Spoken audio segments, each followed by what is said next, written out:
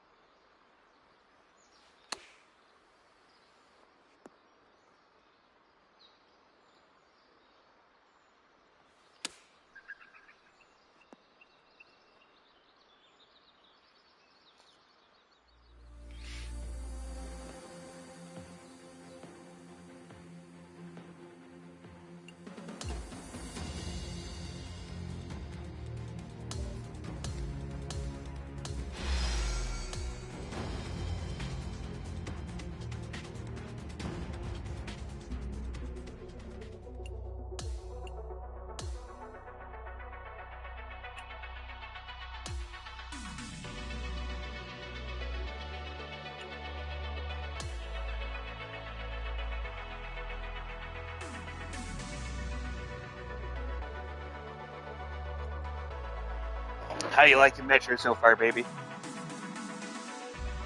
It's good. I'm glad you found a new game.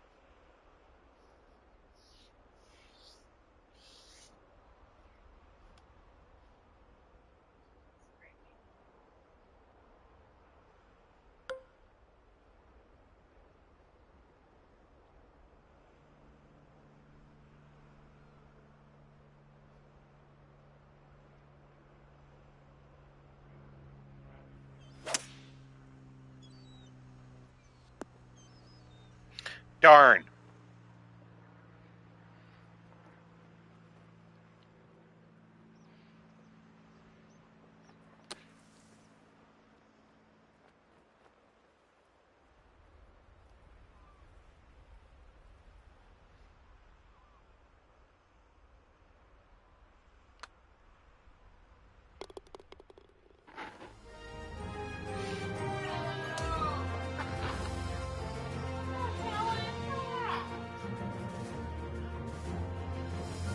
Is it gonna hug you? It didn't even touch you. It just like brushed your shoulders. It just did this to you.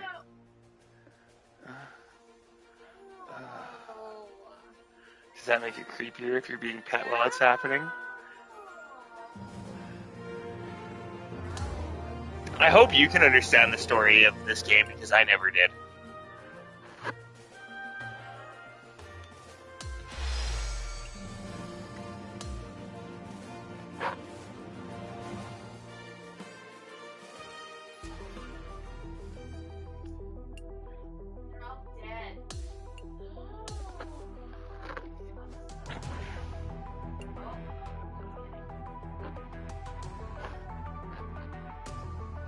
You guys just got mind flayed.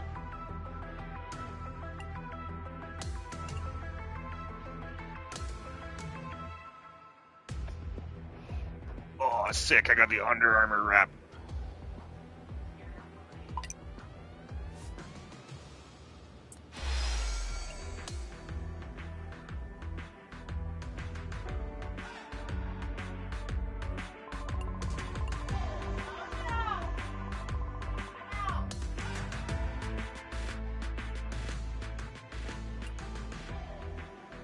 Quickly tab X.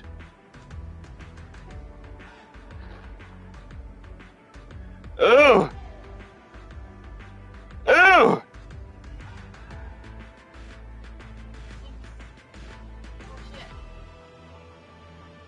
Oh, he just ripped him out of the mine car!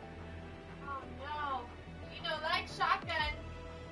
Yeah, you know go with shotgun. You gotta shoot him in face, baby. Trying.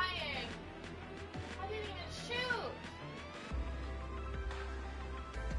I think you just killed your friend.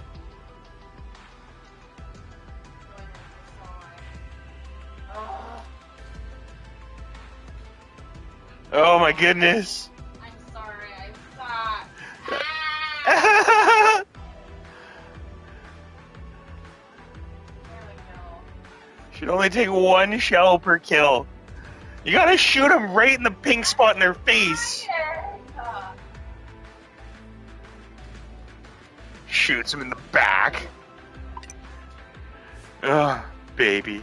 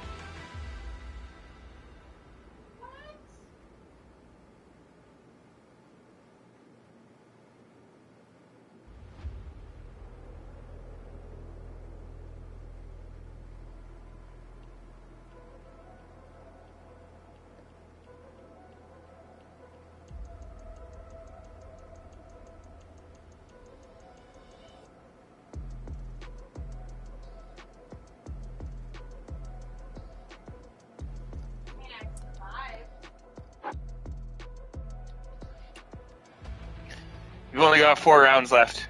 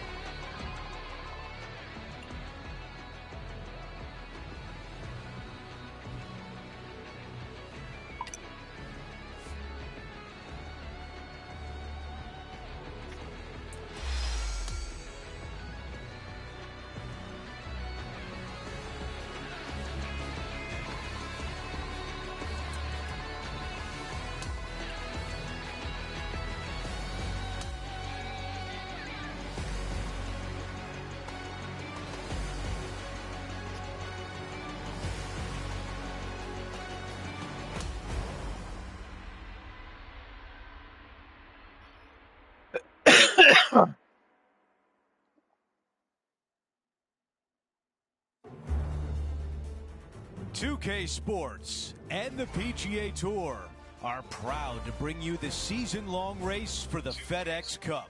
Today will be a special day for one player. It's the final round of the AT&T Pebble Beach Pro-Am. Good to be with you today. I'm Andrew Catalan, joined by Rich Beam and Luke Elvey. Henny Koyak and John McCarthy are down on the course. And Rich, the West Coast swing rolls on. We're set up for a great week of action here at historic Pebble Beach. Yes, we are. The original Bing Crosby clam bake. Celebrity clam bake. Get all of your friends to come up here, have a great week about it. Now it's the AT&T Pebble Beach, but it's the same vibe. You got the best in the game on the golf level, and you got the best in the game, whether it's actors, athletes, people in business. This is a big deal to play in this Pro-Am. This one's got eyes for the flagstick. This putt left for birdie. Let's update you on what's been going on. He is currently in a tie for 7th place. Let's take a look at the par 5 second. Nice birdie in the last hole for a change. First one of the day. They needed it desperately. Now, next hole, looking for more.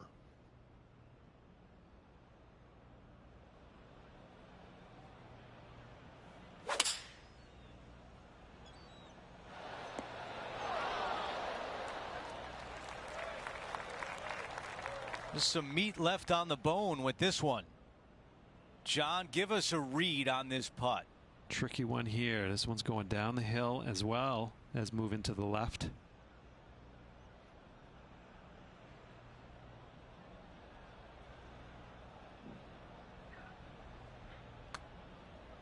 I like the looks of this.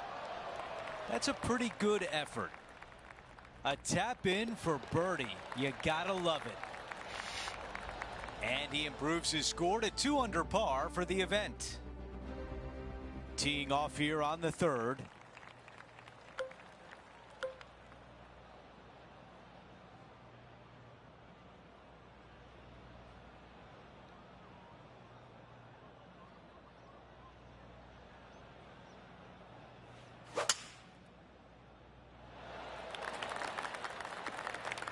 That's a really nice shot.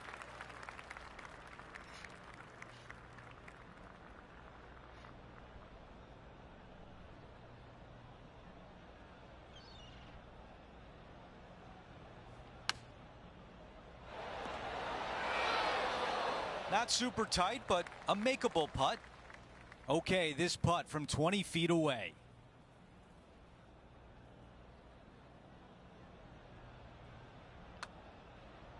This putt starts on a good line. This one looking good. And it is just not there. A tap in par. As we move on to the next hole, we show you he is in a tie for 6th place. Wow, cannot hit it much farther than that. Now 2 under par.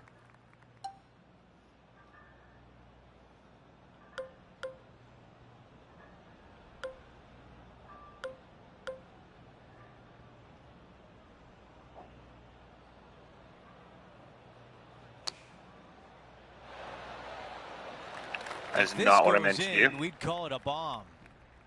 Henny, how tricky is this one? It's just going to cruise up to the left-hand side.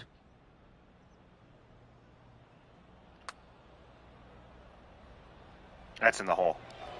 Ooh, no way. Close. 3 feet remain. Moving along. Getting robbed here. I'm trying to win Trailing this by event. a few shots. Doing after really that hole. well. The 5th hole, Rich, the first of the par 3s. Much to it? There is. This green is tiny. It's minuscule. And you have what over to the right-hand side? Oh, yes, the Pacific Ocean. No, thank you. A par 3 here is an excellent score.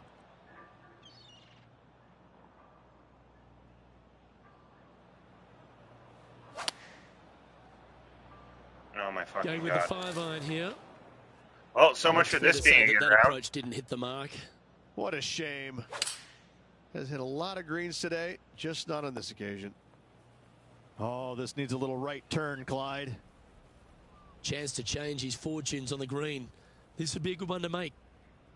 Okay, Henny, what's he looking at with this putt? Setting up this putt 19 feet from the cup. Ooh. No one likes to put a quad on the card. Let's make this, please. That's brutal. Quadruple bogey. Owie. Our current leader is enjoying a one-shot lead. Rich, one of the great par fives in all of golf is the sixth hole here at Pebble. It is. It's one of these par fives that you think I can take advantage of it because it's not that long.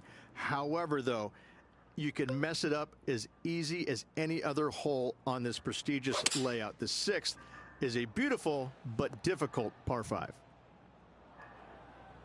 This line doesn't look too tough, just in the first cut, right by the green.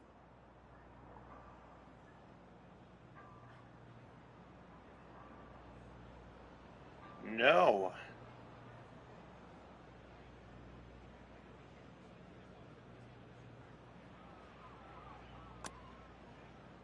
All right, this one's starting way out to the left.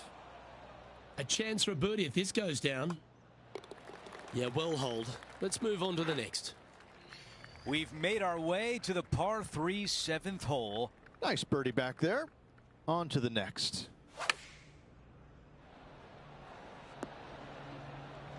Now this putt for birdie.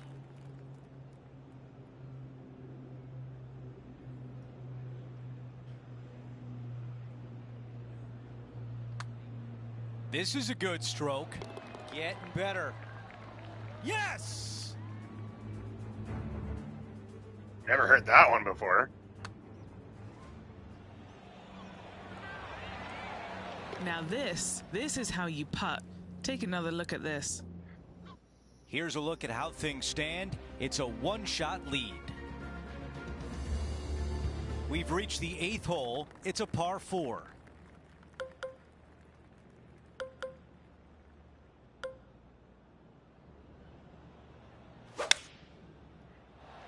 This looks like a really strong tee shot.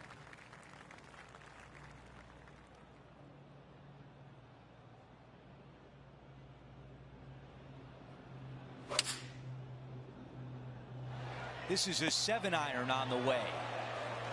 Well, this would be really nice to get a birdie opportunity. He gets that one to drop. That's his 5th birdie of the day. And a good job there as he moves to 1 under for the championship. 5th birdie of the day. 1 under. Oh my God.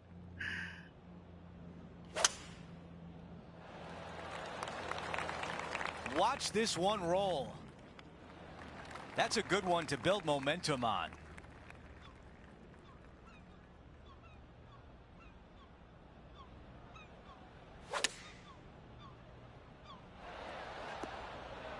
Looking to get up and down from here.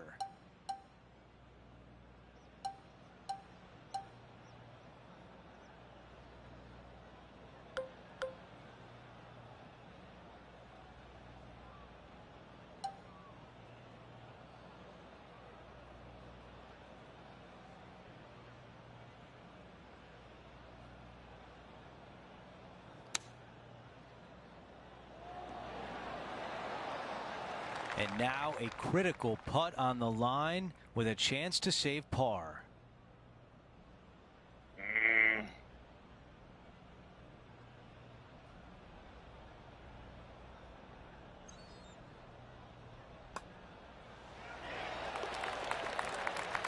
As we take a look at the leaderboard, our leader is up by 1. This hole is a par 4.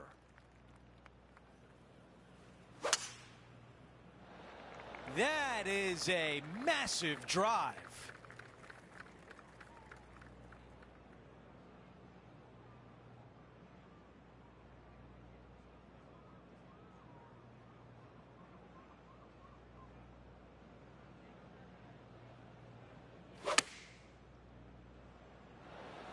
That's a great position to be in after that approach.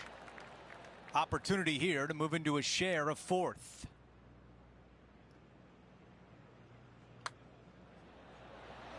That putt drops, and that's now 6 birdies on the day.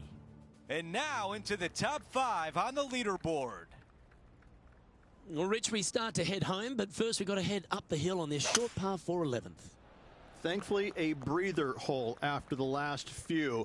This is just a 3-wood. Could be a driver up the hill. Second shot, very short, but beware, this green pitches severely from back to front. Watch the spin on your second shot. That's a good shot by him. He'll be delighted. That would be back-to-back birdies for this player. 8 feet to the cup. This for a birdie run. Oh, what a round this is. 7 birdies today. And that will take him to 3 under. And this player's moving up on the leaderboard after that hole.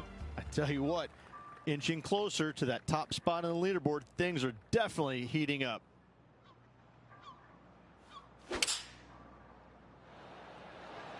Looks to be going with the 5-iron. Oh, this is on a fantastic line. Is it the right distance?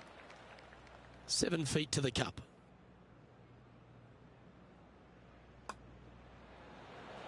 And that's 8 birdies today. And with that, 8 birdies and I'm 4 under. He currently sits Even if I in would have third just made that a position. double bogey, I'd be winning Let's this head to fucking the event. 13th tee at Pebble Beach, shall we? And what's the decision off the tee? Anger. Aim it right, Anger. just Anger. shy of those bunkers down the right-hand side, and you've got a mid-iron for your second shot back up the hill. Again, a green that pitches severely from back to front as well as right to left. And this shot here coming up from around 130 yards. Just a couple back from our leader. Attaboy, good shot. And this putt to move into a tie for second. Penny, take us through the break on this putt. I've had to read this a couple times because there's a subtle last-minute break at the end. It's going to go left. Currently at -5 now for the event. Getting closer to that top spot on the leaderboard. This is getting interesting. And he's right in the thick of it. Needs to really make a move soon, though. Well, this player's been making some moves on the leaderboard, Rich. Yeah, looking good right now, making some significant moves out there at the moment. He's standing over his 3rd shot. Currently a shot off the lead.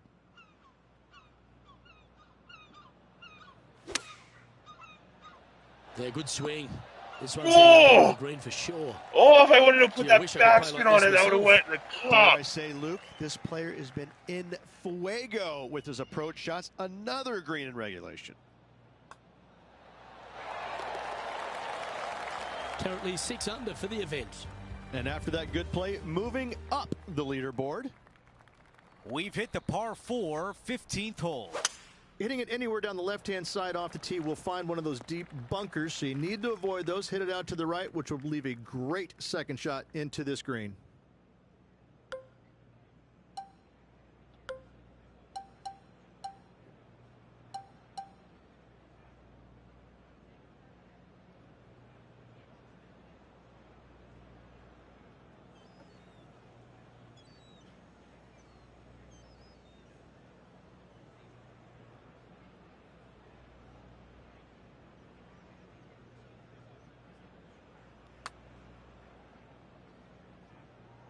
And that one won't find the green. Shocking, a missed green in regulation.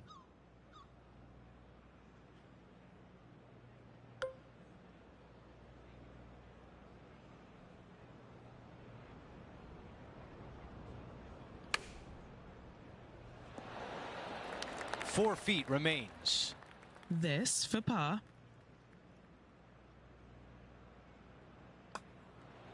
And the putt drops. We've hit the home stretch with our featured player at 6 under par. Oh, we got some kind of battle going on out there.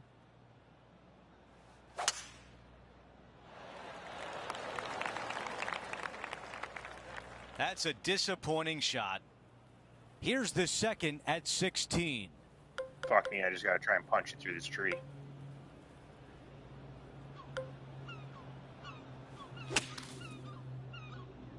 This one needs to get down in a hurry. Let's see what happens out of this greenside bunker.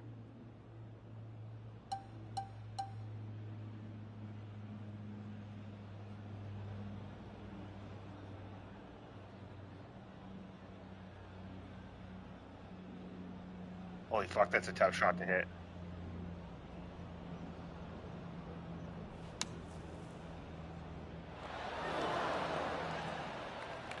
Needs this putt to save par. Henny, how challenging is this putt? Setting up this putt 11 feet from the cup. The putt is underway. That one sneaks in for par.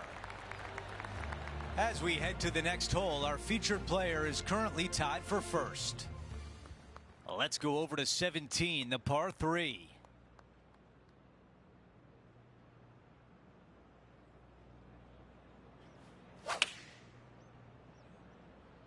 Let's see if 8-iron was the right club. We've got 15 feet to the cup. Henny, your green side. What do you see in this putt? This one's going to gently meander from the left.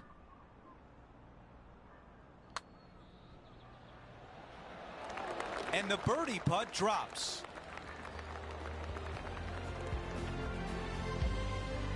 Here's a quick look at the leaderboard, and he has a one-shot lead.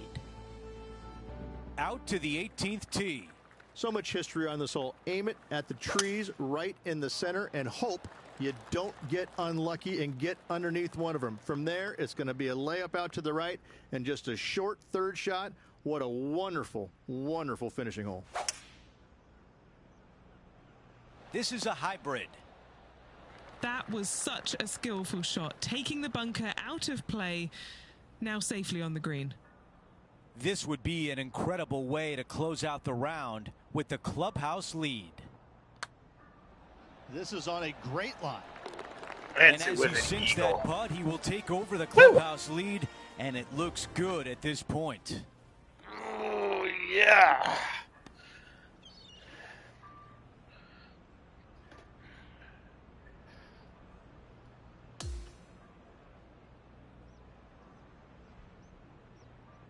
And Rich, we saw the moves earlier. You gotta love a comeback. Hard to see this one playing out the way that it did, but wow, what a victory. Love to see the comeback win. We had so much fun out there today. Thank you for joining us. For all of us at 2K Sports, we'll see you soon.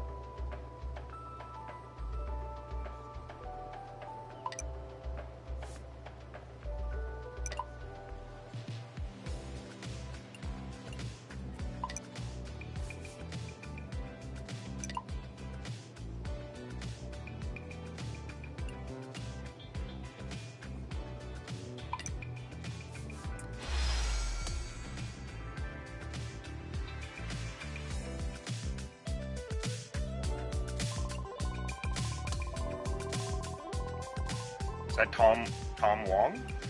Tom Kim. Tom Wong. Dickhead. Bring it on. Let the memes roll. Tom Wong.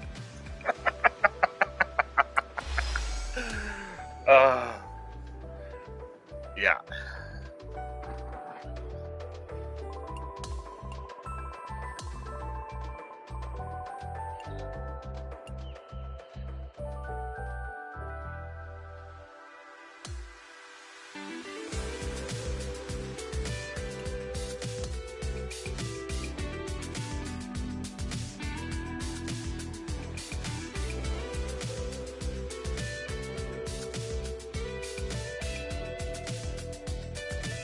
We'll get to ranked eventually, guys. I'm just doing a little bit of warm-up right now.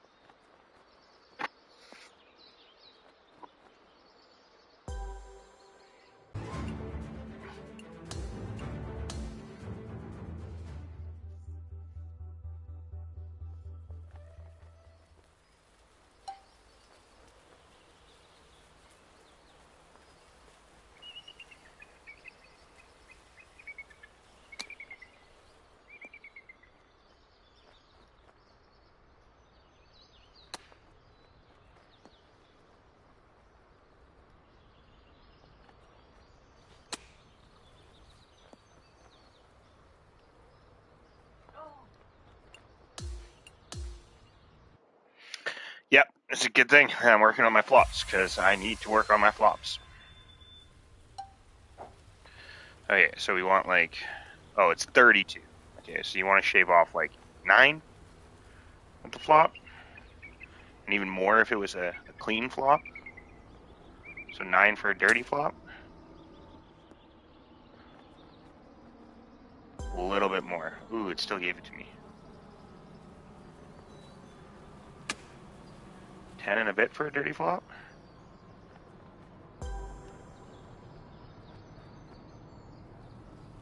$11 and a little bit for a dirty flop.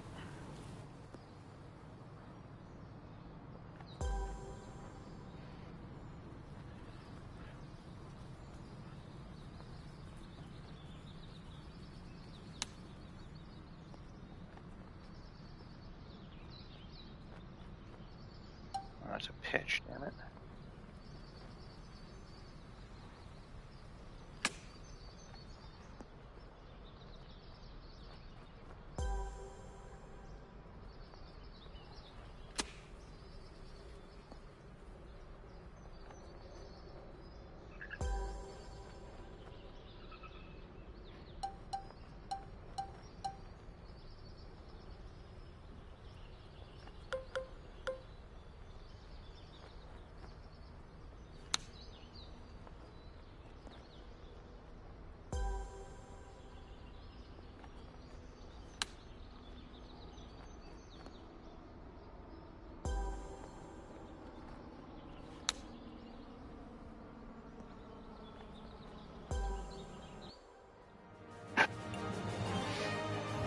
No, I'll take it. Good enough.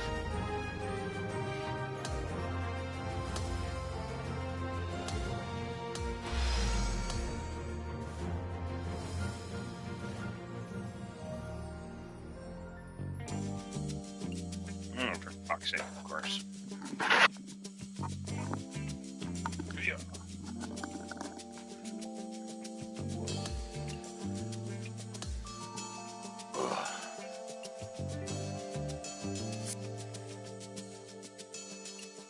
You know, what do those... Oh, that just really gave me... They gave me a little bit of experience. Nowhere near as much as the tournament, though.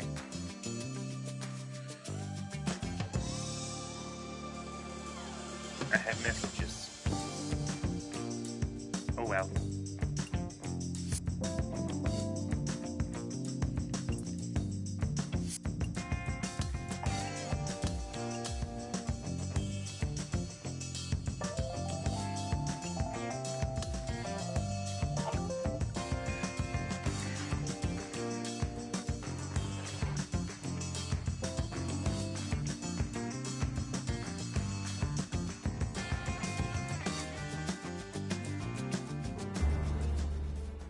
2K Sports and the PGA Tour are thrilled to bring you the exciting season-long race for the FedEx Cup.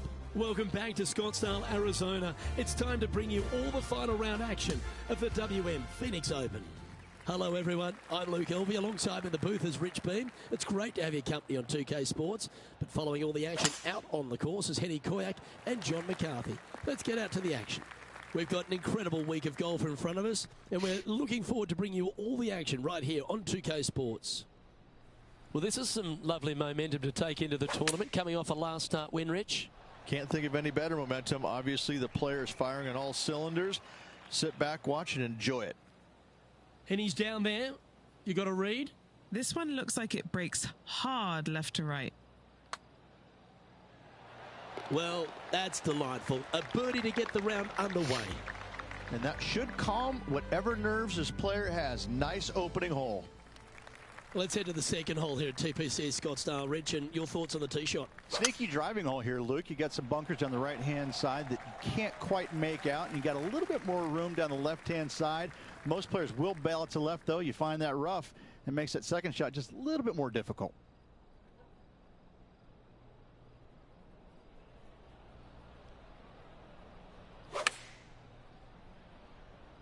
Chosen the pitching wedge here. Tom Kim watched that one all the way. Great approach shot. This player is definitely upping the pressure in this rivalry. Well, that's certainly a step in the right direction. Keep it going.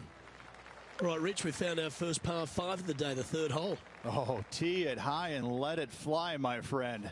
You know, you got to take a chance on bombing it out there, even if you hit in the fairway bunker, even to the right in the rough, or even further right into that washout area. It'll just be a layup and a short Tom Wong. Shot. You find the center of the fairway, that thing can scamper out there, and you got a short shot. How you doing today, brother? This is a definite risk versus reward par 5.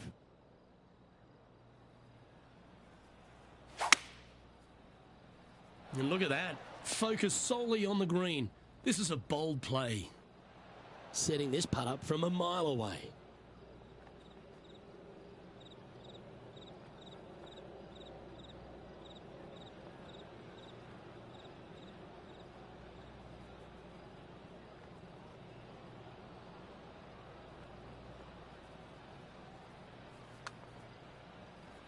Starting this one way out to the right. Let's see if it turns. 3 feet to go here to the hole.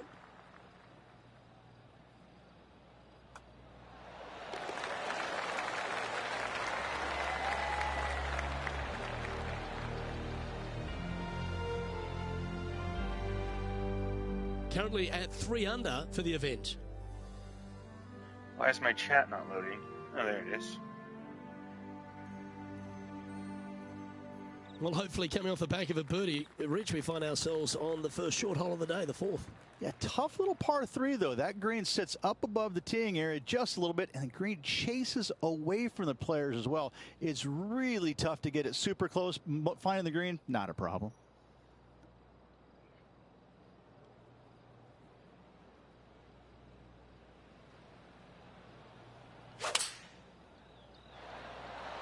Looks to be going with the 6 iron.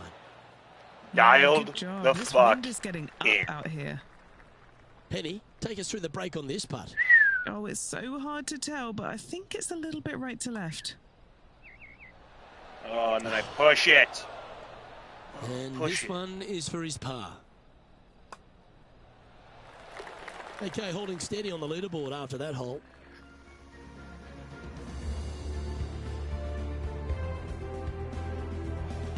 Rich, standing on the 5th tee, no real sight lines, just get up there and strike one down the middle. It is sneaky difficult. Just a straightaway hole with that bunker on the right. That is menacing. And even funnier, I've seen a lot of shots miss even further right. And Oscar Bravo. And Henny, what's he looking at here? Now he's eyeing up around 160 here.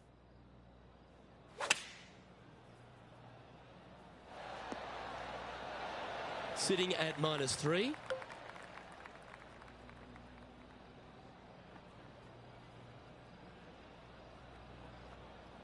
What a read right in the fucking hole.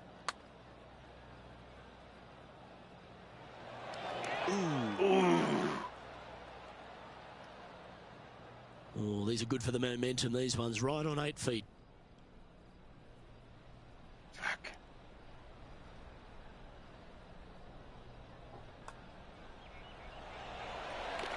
trailing by a couple of strokes now. The tee shot here at 6, Rich, just sort of sits against the player's eye, doesn't it? There's 5 bunkers out there, Luke, that are perfectly placed, especially the 3 down the left-hand side. That's where the player's eyes are drawn to. Only the biggest hitters, though, can fly them all. And this shot from the bunker.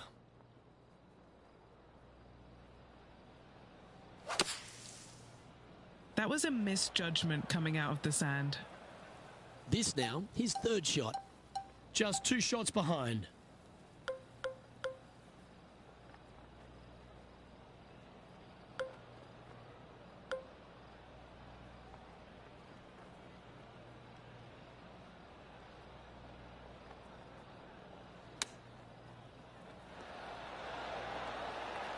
A par putt awaits. Oh, that's a good way to end what was a challenging hole. In trouble off the tee in that fairway bunker with that putt, saves the par. Well done. Okay, he's holding steady on the leaderboard after that hole. The second par 3 on the front nine's longer. 7th hole, Rich. This is so difficult. I'm even laughing, remembering when I played it years ago. Finding this green is nearly impossible. It still gives me the heebie-jeebies. You got to hit a long iron, towering at long iron, and see if you can't get to land soft enough to hold this green.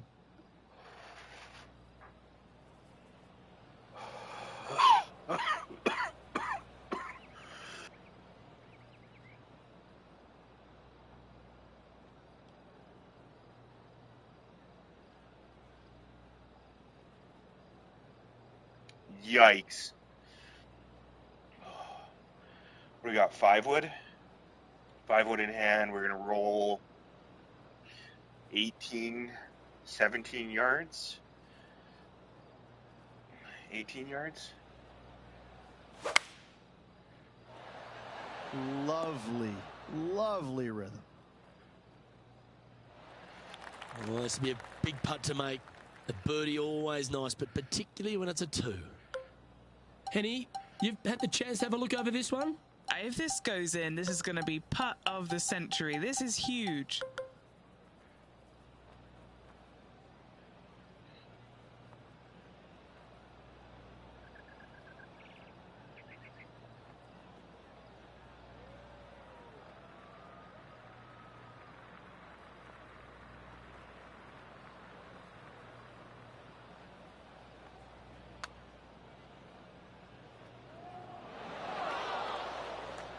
This putt is about 8 feet. Oh. Just 2 shots I can't back believe that went after down. that hole. Let's head to the 8th hole and the tee shot on this par 4, Rich. Yeah, dogleg from right to left. Again, your eyes are drawn towards those bunkers down the Towards left. those but they bunkers. should be at that tree in the center of the fairway. Fuck me. Not ideal to find the fairway bunker, but a chance to make amends.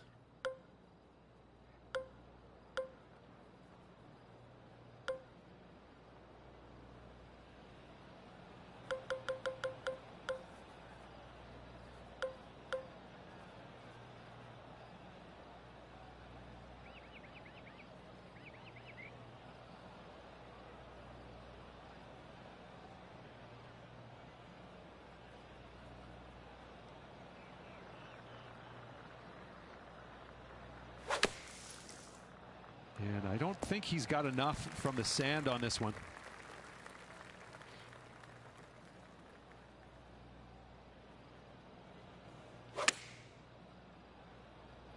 And he's safely on the green with that shot. And he's down there. You got a read? I'm thinking a little left to right here.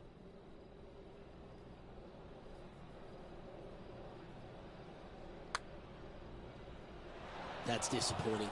Just a little bit of a misread right there. He's going to need to sink this next one, though, to limit the damage with the bogey. Our work here is done. Let's head to the next hole. And he'll move back to 2 under after that one. Moving down the leaderboard, Luke, never a good thing.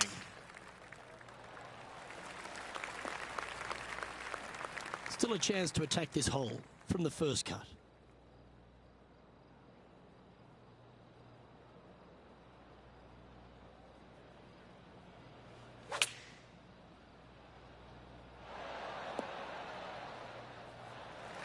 Now, this is a challenging one. A lengthy putt awaits.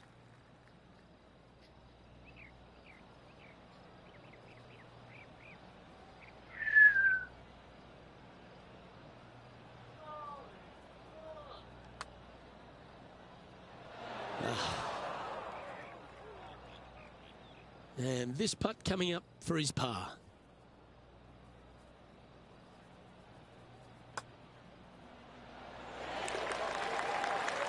And as we transition into the back nine, Rich, what are you seeing out there so far? Well, after 9, so far so good. It's great to see these two players stepping up, getting the best out of the games. It'll be interesting to see exactly who's going to be ahead at the end of the tournament. And Rich, that back-to-back win could be within reach here. This player can just gain a few more strokes on the inward half. Winning last week, this player's full of confidence, and rightly so. Yeah, not a bad shot, that one. 19 feet to the cup.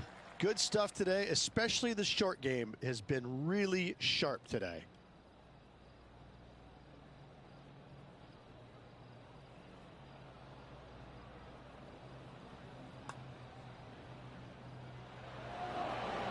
So close. Well, this would be a good one to make. It's for par. Falling apart here.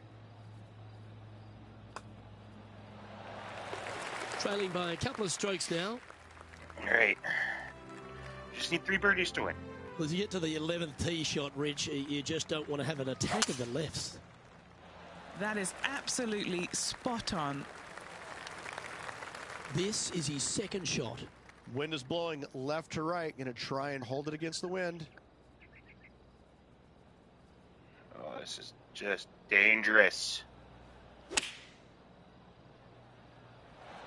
I'm not sure if that was luck or skill. Just barely cleared the sand. Has managed to keep it on the green as well. Oh, this would be a good putt to make. And with it, a share of 3rd spot. And our man on the ground, John McCarthy, has been giving us some great reads all day. What's this one doing, mate? He's got this one going down the hill and moving to the left. Let's see how he deals with it. Oh, what a putt. And he moves to 3 under with that one. He's currently in a tie for 3rd here. Well, now, things have gotten interesting. Closing the gap. The 12th at TPC Scottsdale is not as popular as the 16th in terms of par 3s, but it still presents a test, doesn't it? It's still fraught with dangers. Deep bunkers left. If you hit it too long and too far on the right-hand side, obviously you're coming in the water. This is a hole you just want to find the left front portion of the green, 2-putt, and go away.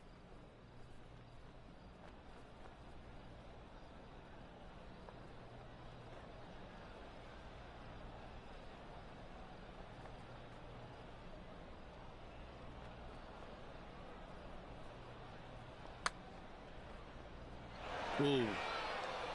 A good opportunity here, just 6 feet to the hole. A good look at par here.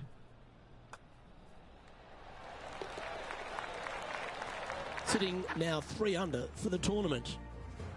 Rich, being someone like I am as a duffer, I'm thinking water, I'm thinking bunker, I'm thinking desert area. This is not a comfortable tee shot. I don't think there is a comfortable tee shot anywhere in the world for you, Luke, to be fair. He has his eyes set on one place and one place only. It's the green.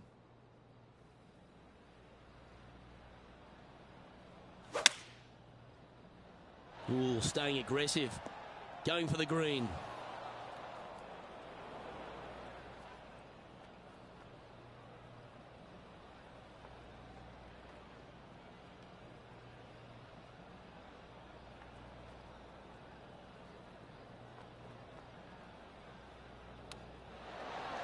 How close was that to going down? This now for a share of the lead. Just a simple tap in for birdie, and that will take him to 5 under. Standing on the tee at 14, that bunker is more a visual sight line You than said I'm anything 5 else. under. I'm 4 Most under. definitely. I think you want to take it just on the right edge of that and just go ahead and tee it high and let it fly, my friend. Bit disappointing, that one.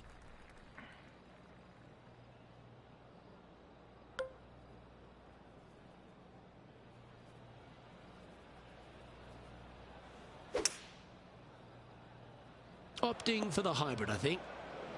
This would be a great up and down from this spot.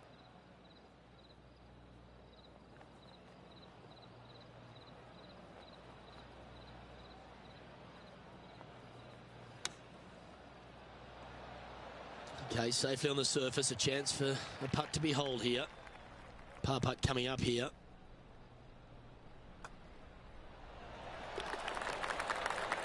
And that'll see him remain in the same spot on the leaderboard.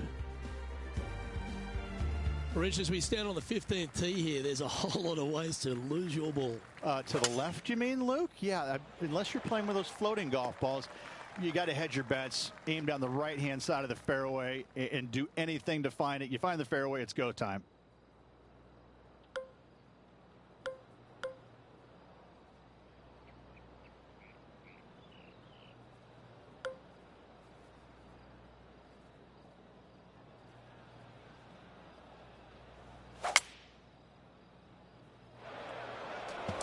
No way. That makes its way to the first cut.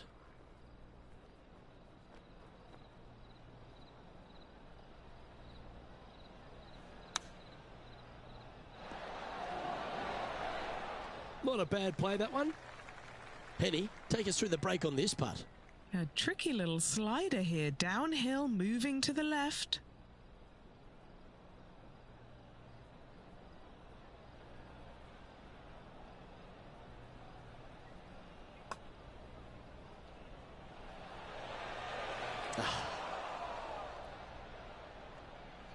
Just a 4-footer remaining. Don't want to miss it. Could be costly. And the putt drops. Now at 3 under, heading down the stretch. Oh, it's time to dig in and give it your all coming down the final few. Okay, Rich, we've stepped into the Coliseum, and I feel like I want to have Welcome to the Jungle playing in my ears from Guns N' Roses. You know what? I'd do Thunderstruck. I'd get everybody fired up. I'd have that guitar riff going, you know, and just listening to these people just lose their minds, just thunderstruck right here. This is awesome. I mean, I don't know if I've ever been more nervous on a par 3 in my life, even from, you know, short range, 8 irons, 9 irons mostly, just because you know you're going to get booed by 20,000 folks that really just are waiting to let you have it. A chance now from the bunker for an up and down.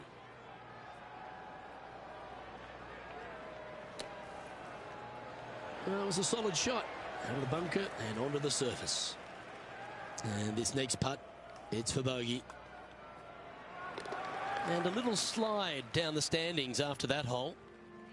I gotta It's win both amazing, of these. Rich, just given the nature of 16. 17 feels overshadowed, but it shouldn't be. It's one of the great short par 4s on tour. It is such a cool little hole. I mean, you don't need driver anymore to Fuck. reach it. Just a little menacing bunker, like a pimple right there, about 30, 40 yards short. A lot of action's going to be on the right-hand side there to any flag stick, but when they put it all the way back center, forget about it. It now becomes one of the hardest short holes in all of golf.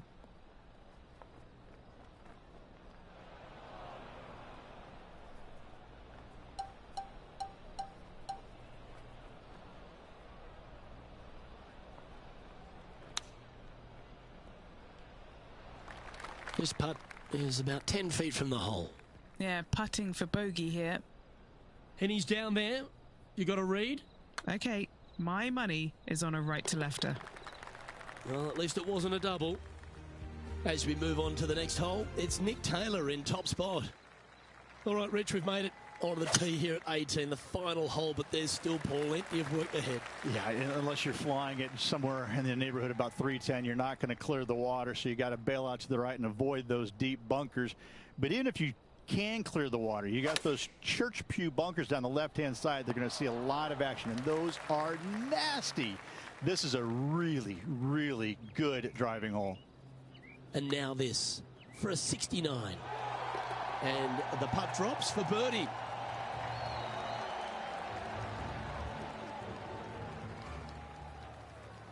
Fucking 3 bogeys in a row.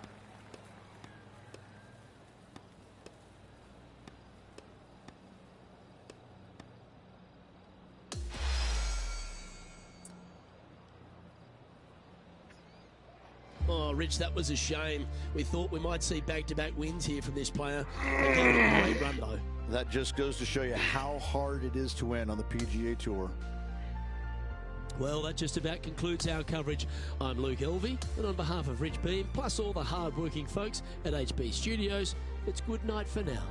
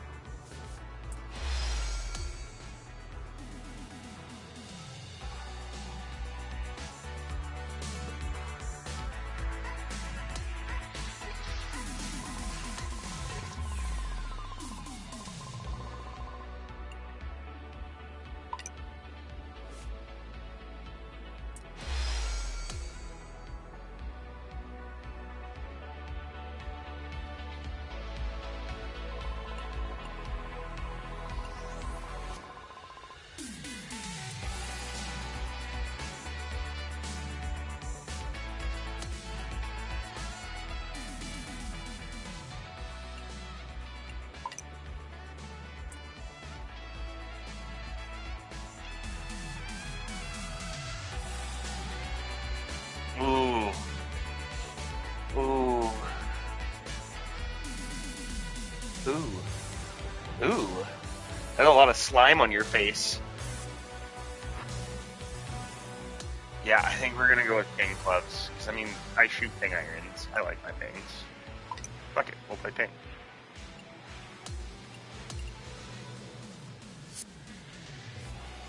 That's the thing, though, is like, I really want to go play ranked, but I want a good set of clubs with all the fucking upgrades on them. And the only way to do that is to play career mode.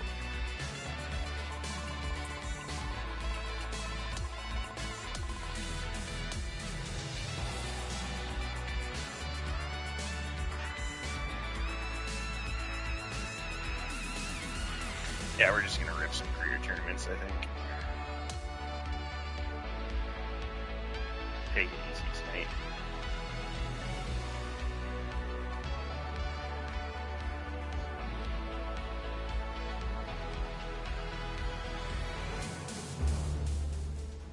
It's time to prepare for the dramatic season-long race for the FedEx Cup, brought to you by 2K Sports and the PGA Tour. We're back at Riviera, where a champion will be crowned. It's the final round of the Genesis Invitational. I'm Andrew Catalan, joined by 2002 PGA champion Rich Beam and Luke Elvey, and we've got Henny Koyak and John McCarthy down on the course. Rich, what an iconic spot here at Riviera Country Club. What makes this place so special? Andrew, this is probably my favorite golf course on tour by a long shot. Does it get any better than this? For me, it doesn't. I think it's just a mixture of the holes. You have an easy par 5 to start off with, and you got a brutish par 4 right after that. It gives and it takes. But at the end of the day, you just cannot wait to play it, no matter how good you play or how poorly you play, because it's so much fun being out there. You kind of sometimes get lost that, I'm not playing that great, but man, I feel like I'm in heaven right now. Great. Henny, you're right there. What can you tell us about the putt? Setting up this putt 16 feet from the cup.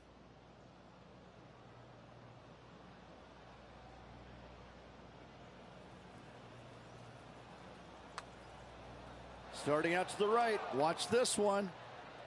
Okay, this putt for par, trying to get out of here without any damage. While we have a moment, we want to show you the updated leaderboard, our featured player in a tie for third. Let's go out to the par 4 second.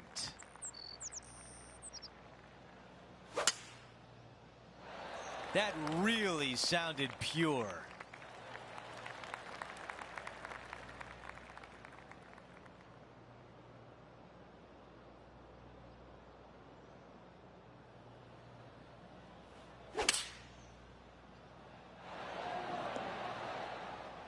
That one will not settle on the green. Oh, the wind wreaks havoc with another golf ball.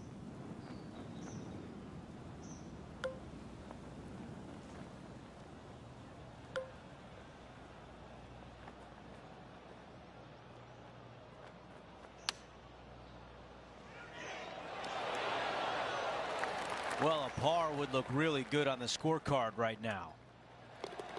All right, that one is behind us. After that hole, he's still at even. Now to the tee of the par 4 third hole.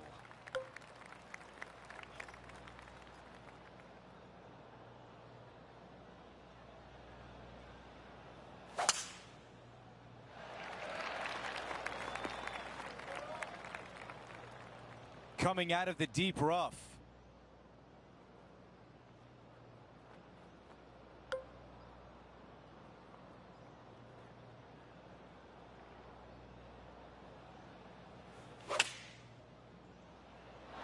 Caddy tells us this is a 9-iron. This is his third.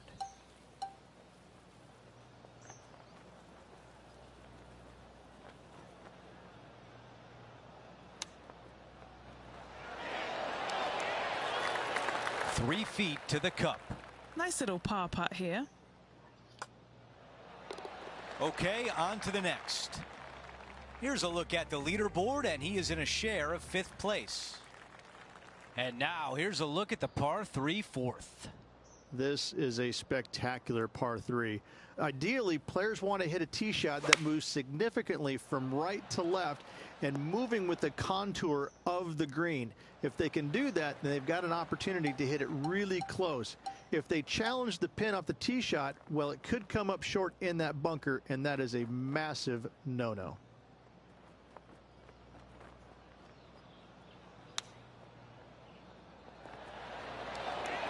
Let's see if he can save par.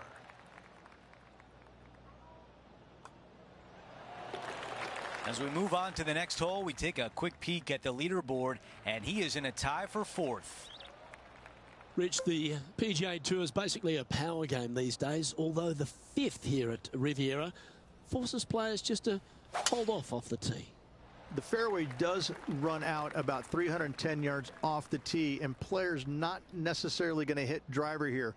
They have to be mindful that the fairway pitches significantly from right to left on their tee shot. From there, they're hitting their second shots downhill again to a green that chases away from them front to back. Again, a simple looking second shot, but a difficult one to get close.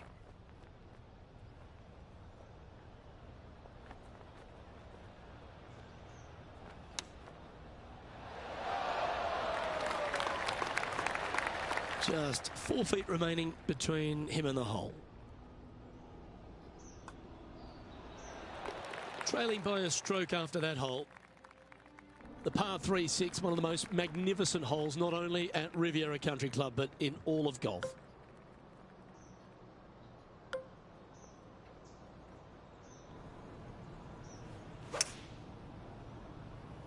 Looks to be going with a hybrid here. This would be a great up and down.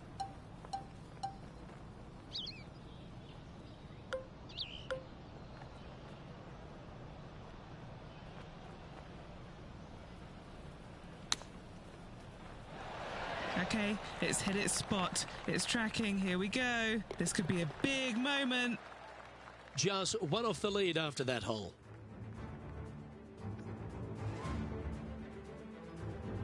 Over to the par 4 7th hole. The fairway bunker down the left-hand side comes in quicker than you can imagine, and so players want to try and hit it out towards the far right part of it. But again, you push it a little bit, and now the barranca comes into play. If you find the fairway, happy days. This green is probably one of the most severe tilted from back to front. players need to make sure their second shots land past this hole in order for it to come back down towards the hole. You will have a downhill putt, but it's better than coming up short. This is a 7-iron on the way. 16 feet away. Looking for his first birdie of the day with this putt.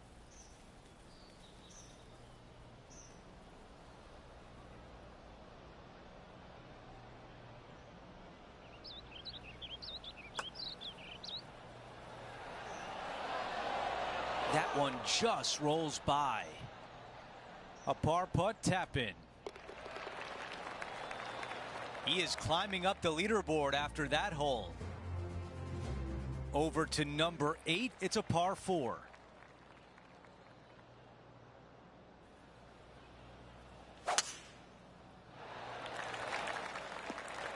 That will definitely work.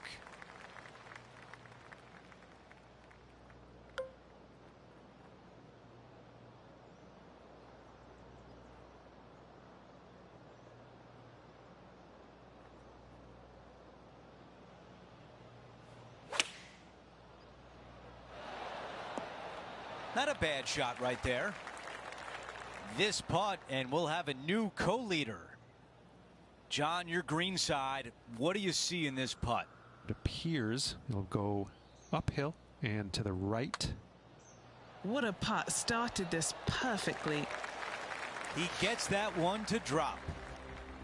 Here's a look at the leaderboard, and he is tied for the lead. Always like to see your name moving up the leaderboard. Never a bad thing. We've reached the closing hole of the opening 9. It's a par 4. Only the big hitters are going to be able to carry that fairway bunker down the left-hand side. Most players are going to try and avoid it and even miss it the fairway out to the right-hand side, which is not a bad miss. From there, the second shot is directly uphill. Deep, deep bunkers on the front right part of this. That is not the place to miss it. Anything that a little bit long will leave you a downhill putt, but that's the safe play.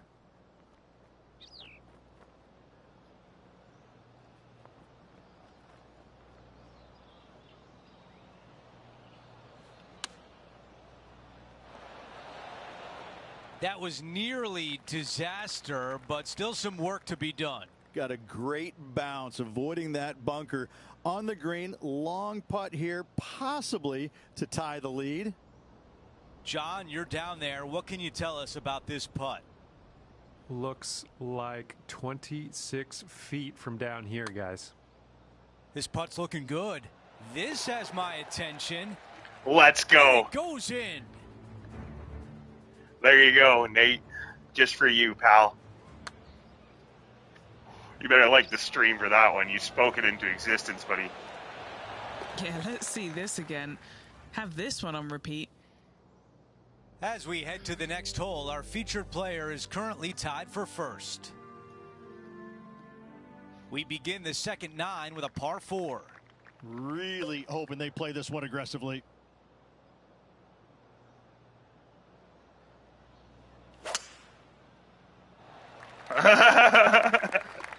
Thanks, I appreciate that. And then I go and do that for a drive.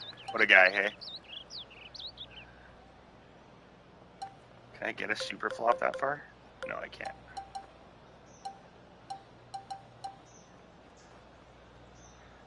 Idiot coming out of the grass. What did we say? 11 short for a flop?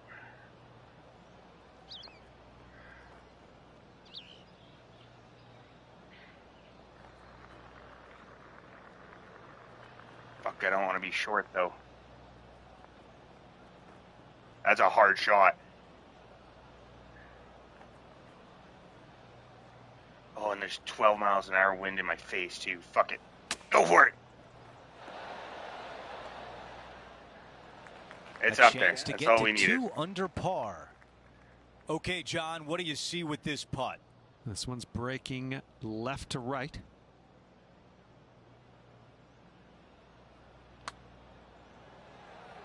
In the fucking hole.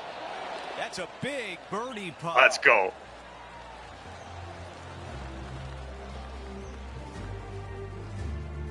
Let's quickly look at the leaderboard and our featured player. Oh has man, we were broken the almost at tie 270 and now subs. We were owns so first close to place. 300. I never thought I'd get to 300 subs. This is crazy. The par 5 Let's go for 5. Scoring holes. We're gonna do a Players are thinking 2K25 4 when they stand on this tee. It's just a long straightaway par 5, almost a runway, if you like. Both Do sides the of trees this block fairway the wind? flanked by huge eucalyptus trees, which No, they do frames not. this tee shot brilliantly. You find the fairway, second shot, once again, straightforward. You must avoid that bunker front right at all costs. That is deep and nasty. You're not going to enjoy being in there.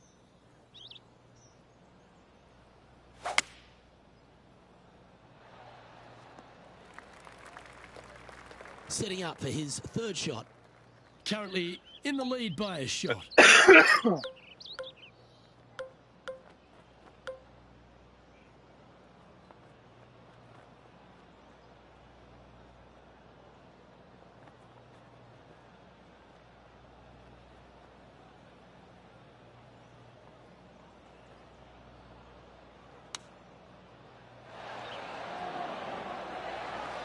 Lining up the birdie putt here.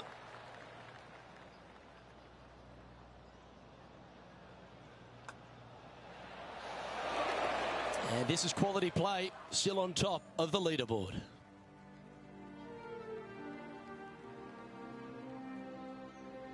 When you stand on the 12th tee, Rich, you're thinking to yourself, oh, a couple of strong back-to-back par 4s, and it starts right here. This is where the golf course gets extremely difficult, Luke.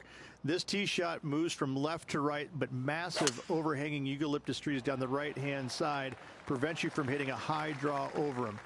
Once you're in the fairway, though, your second shot is to a green that's really not as big as it should be for such a long hole. And there's a famous tree just short and left of this green, Bogey's tree. Not because of the score, because Humphrey Bogart used to sit there and just watch everybody butcher this hole. And he's safely on the green. John, what's the line on this putt? Well, the putt will start out pretty straight. Take a little turn to the right, nearing the hole.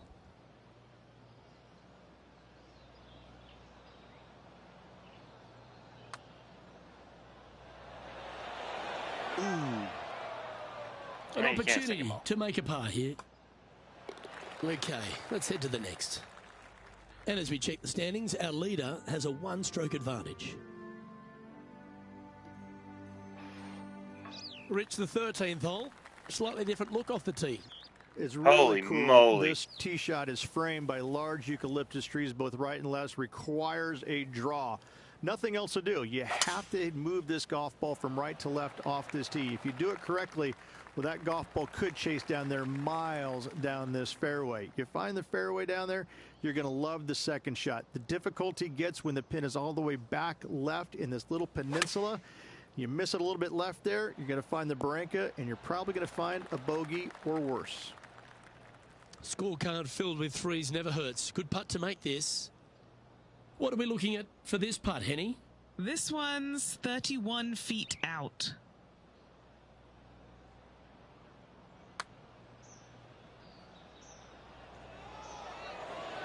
That's Oh, it. you mother trucker.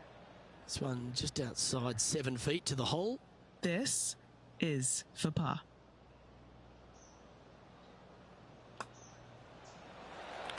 And as we look at the leaderboard, our player out in front is leading by 1. The 14th, Rich, I know it's dear to your heart, the par 3. You made an ace there in tournament history, won a car. How do you tell the players to play it? Hit a 7-iron, a high little draw 7-iron, and 2-hop it right in the hole, Luke. That's what I suggest. That makes it easy.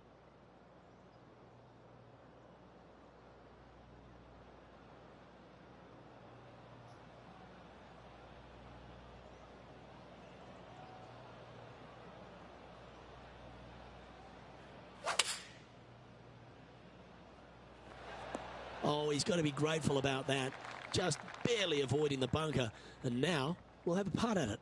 Would need something special to happen to get the birdie here. Penny, take us through the break on this putt. Oh, this is going hard left. 5 feet coming up to the cup. Yeesh. Hope we make that. And the Nope. putt just slides by there. That's disappointing. And that was a bogey by our leader, so the rest of the field feeling a little opportunity here to close the gap. And it's a one-stroke par four for our leader over the field. Let's check out the 15th. It's a par 4. It's a great par 4, and yet there's some players that have seen it a little bit differently lately. I always saw it as a dog leg from left to right, just avoid that fairway bunker down the right-hand side. And this is an interesting green. It's got a high spot on the left, and it's got a low middle section and a high section on the right-hand side, and you never have a flat putt. It is always breaking one direction or another, and it's either straight uphill or straight downhill. This is the most difficult green on the golf course by a long margin. If you see it differently, you can hit it down the right, down 17 fairway, but I fail to see how that's any kind of advantage. And this putt to move into first place. Yes, and 3 holes to go in this event. Big moment.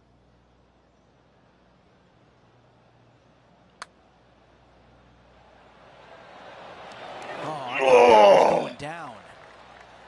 He's got this one for par. Don't be fooled by the short length. There is still a lot of movement here to the left. After that hole, our featured player is making a move. Now to 16, it's a par 3.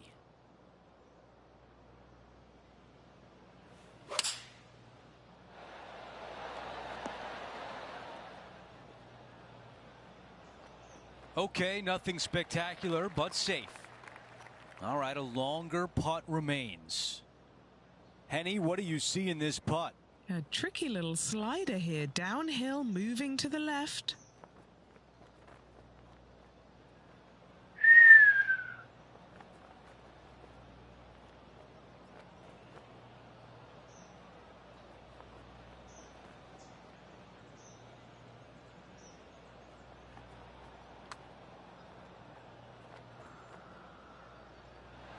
Six feet to the hole. Oh no.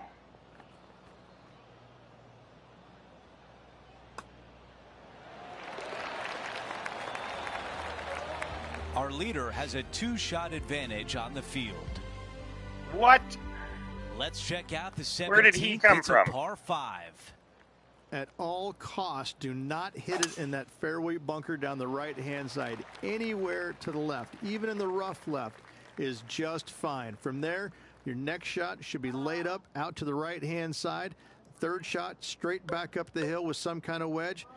It can be an easy birdie if you get the distance on your third shot spot on. If you get it wrong, however, you could have some issues.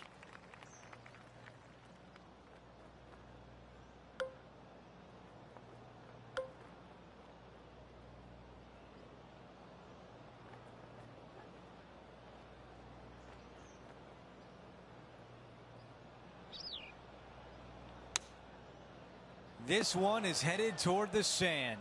What? These are the shots you practice. The greenside bunker trying to get up and down. The most challenging part about this shot is the situation. This putt from 6 feet away. Short game has been absolutely fantastic today.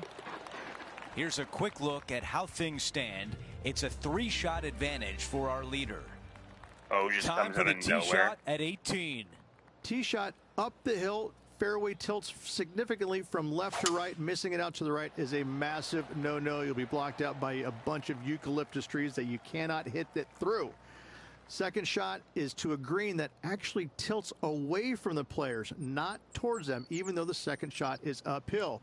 Green is historically one of the firmest on the golf course, and getting it close is nearly impossible. It is a heck of a finishing hole. This is the third. 3 shots behind the lead.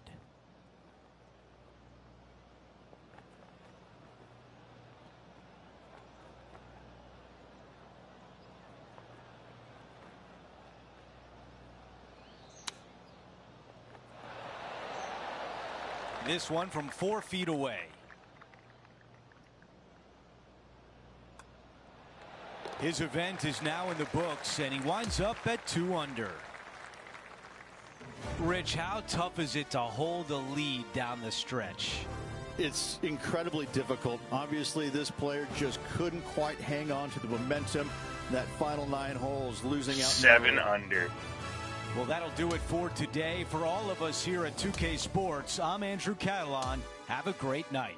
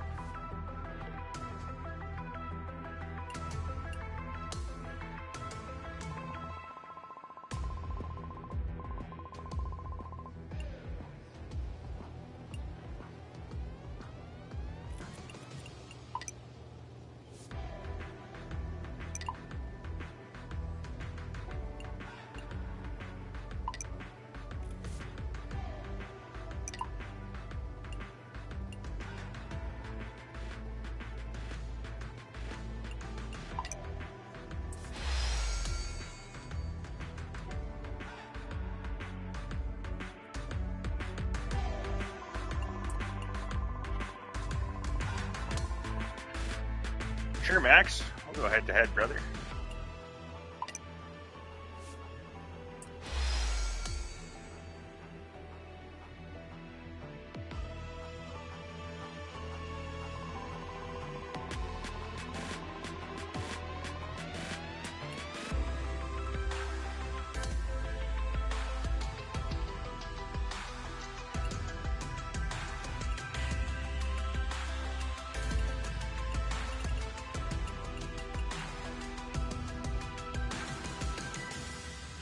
Iron's a tier 4. I'm gonna get a ping putter at tier 9. I really want that ping putter.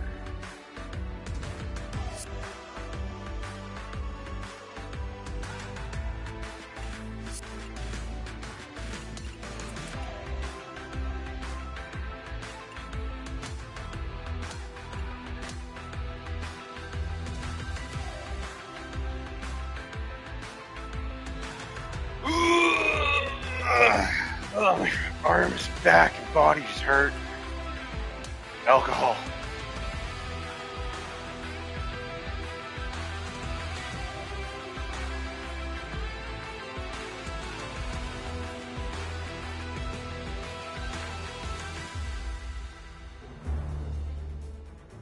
PGA Sports and the PGA Tour are proud to bring you the season-long race for the FedEx Cup. Well, it's time to find out who wins this event. Let's head out for the final round. Hello all, I'm Luke Elvey. It's terrific to have your company as always here at 2K Sports. Alongside me in the booth is Rich Beam, and out on the course is Henny Quack and John McCarthy following all the action. Well, it's been a super championship so far. Let's see how this one plays out. We head down to the first tee now. And as we begin our coverage, word has snuck through to us that there's a rivalry developing between our featured player and Max Homer. Maybe he's picked something up off social media and it's got a bit of chirp going. Max Homer loves nothing more than to roast a player's swing. I just hope that our featured player doesn't give him any cause to do so out on the course today in this matchup. Thanks, Henny. Let's see who roasts who out there today as our featured player takes on Max Homer, who's always clever with a quip of his own.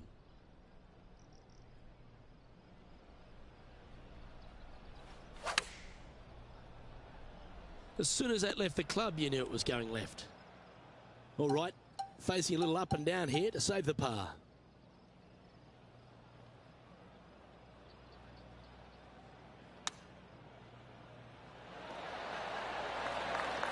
If he makes this, he'll save his par.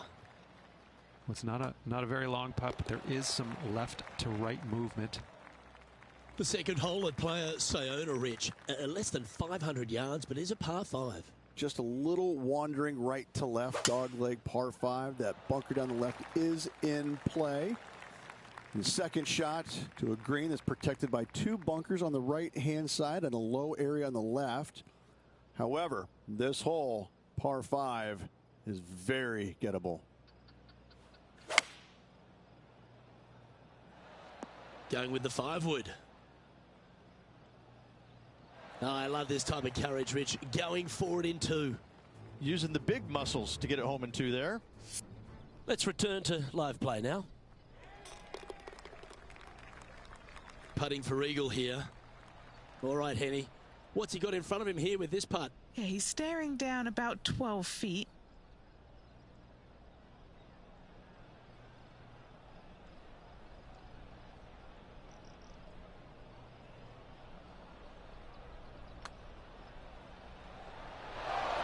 Well, that's criminal. How do you leave that short?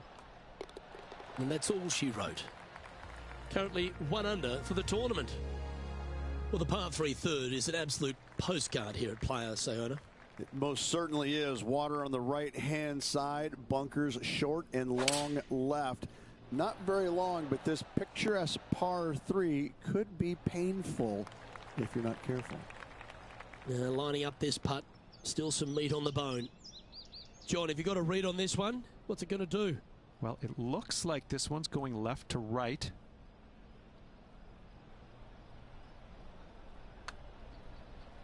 Yeah, that's a good line, that one. I like the look of this one. And he's made it. What a putt. What a putt.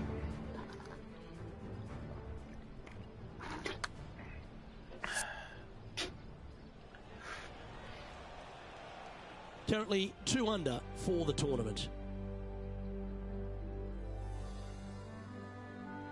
As we get to the 4th hole, Rich, the big bomber's eyes just light right up. Oh, it's going to tempt the long players, isn't it, to take a rip at it, but they got to be aware of that water and sand that comes into play down the left-hand side.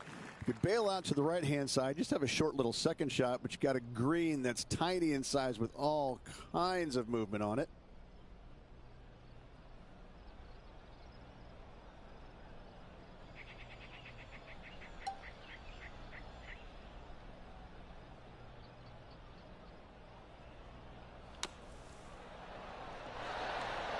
Ooh, right by the hole. Let's catch up with Max Homa. 2 strokes off the lead. Always nice to have a birdie putt.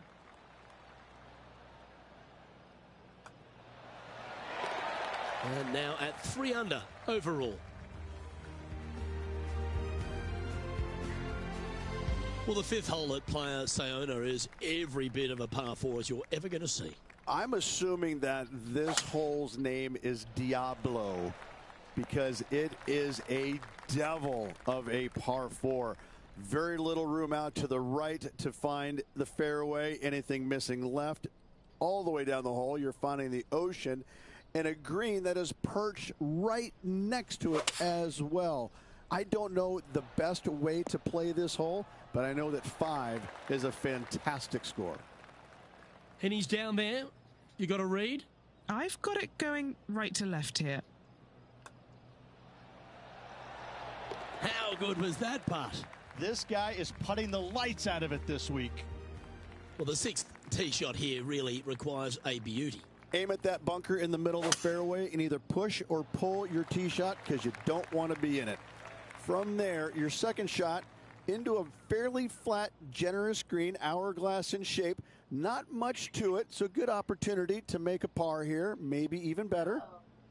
Well, we're getting more and more used to seeing this, aren't we, Rich? Max Homa once again in the limelight. He's certainly stepped up to the elite level on the tour. Yeah, it just seems like, you know, it took him a while to get comfortable with the PGA Tour and his surroundings. But now that he's found the winner's circle multiple times, it becomes, you know, old habit to him. It's coming easier and easier, and he's evolving into one of the greats in the game.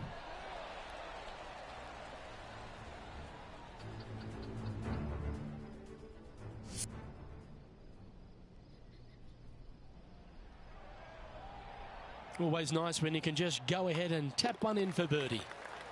And another one goes. And with it, an increase of his lead. That sets a positive tone for the player, doesn't it? As we get to the 7th at Playa Sayona, all the drama happens at the completion of the hole. It does. You want to challenge that fairway bunker as best you can with a long iron fairway metal hybrid. You want to be as close to this green as you can off the tee because it's an island green with danger everywhere. You don't want to come into this green with much more than a wedge in your hand. Well, it's fair to say that Max Homer is filled with confidence these days, isn't he? And it just seems like he's going to keep adding title after title to his resume. Yeah, what can you say more about Max? I mean, his game is just continually to evolve year in and year out. And it just seems like with every step that he takes, it's gargantuan for his confidence because he's just a tour-bred winner. Now we catch up with Tom Kim from earlier in the round. Well, that's got to have some impact on the scoreboard. Let's take a look. And maintaining top spot on the leaderboard after that hole. The 8th hole, Rich, a spectacular par 4 here at Playa Sayona. A strong par 4 here, Luke. Fairway bunkers down the left and right hand side. Second shot to a green protected by bunkers left and right. And a little bit long, you're going to find a waste area. This is really a beautiful par 4, but it can be a little daunting. Toot, toot. There's Tom the Tank Engine. Don't we love Tom Kim? He has got some go in him. He's got all kinds of giddy up in him. Yeah, he's just a breath of fresh air, isn't he? Young kid out there having some fun, playing the game that he loves. And it shows. He's out there smiling, laughing, engaging with the fans. You know, it's refreshing. It's nice to see that because, you know, the PGA Tour can be so cutthroat at times, and yet you have this young kid out there who's just happy to be here, but he's happy to be here and winning. And mark it down. That's birdie number 7 on the scorecard. And with that, he'll move to 7 under. Incredible. He'll like the look at where he's standing on this leaderboard. The finishing hole to this front 9 at Playa Sayona is another picturesque par 4. Just waste area down to the right-hand side. Water in the distance. Driver not required here. Your approach shot to a generous green. Thinking birdie here all day long. Around 110 yards to go. Currently leading by 2.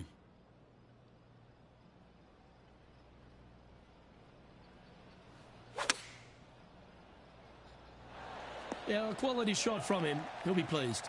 Luke, nothing gets past you. Yes, this kid is a stud. Well, what a performance. 8 birdies on the card. And that will take him to 8 under. As we make the turn, Rich, our featured player is out in front. Yeah, but I like the position. I like being out in front. That forces the other players to come catch you. I like their position. Stonking drive there. He's setting up for his second shot.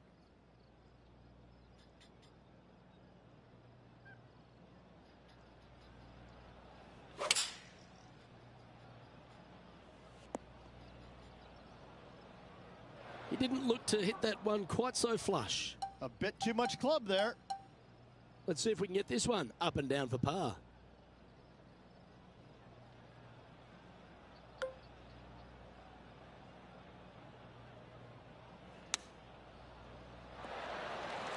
Well, I hope he makes this one. It's for par. And as we look at the leaderboard, he now has a 3-shot advantage. The 11th hole at Playa Sayona is a par 4 that perhaps requires not your biggest drive. Take the big stick out of your hand. Just play for position, avoiding that bunker and the water down the left-hand side. Difficulty with the second shot is this green's got an infinite edge look. It's really difficult to judge the distance as it looks so much longer than it truly plays.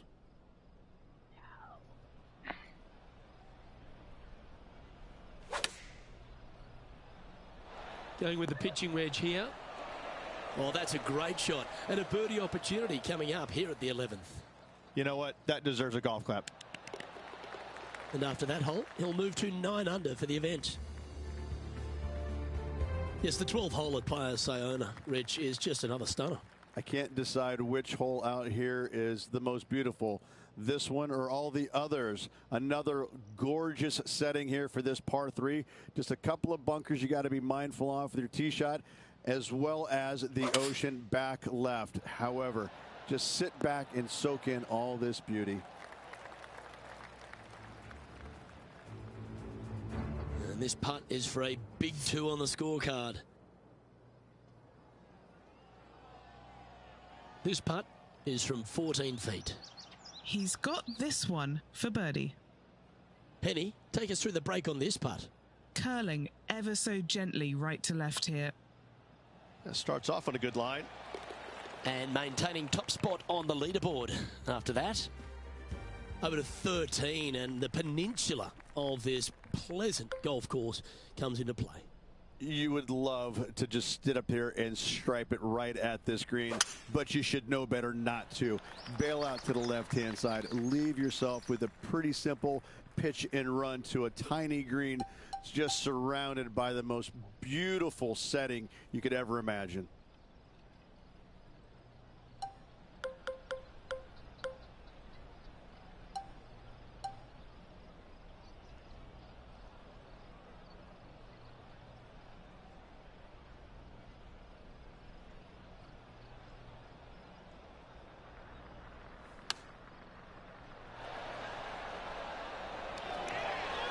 Putting for birdie.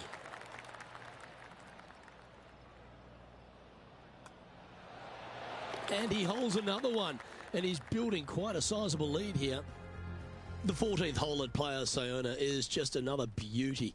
You got the little beach and peninsula look, but this par 3 requires a fantastic golf shot. Everything about this golf course is beautiful, but it's got teeth everywhere you look. You can get sucked in by the beauty, but if you do, you're going to make a large number on this tiny par 3.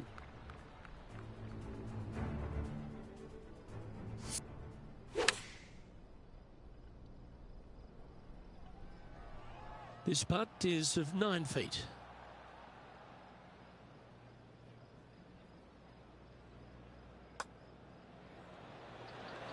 Oh, he's on fire today, building upon his lead, hole after hole.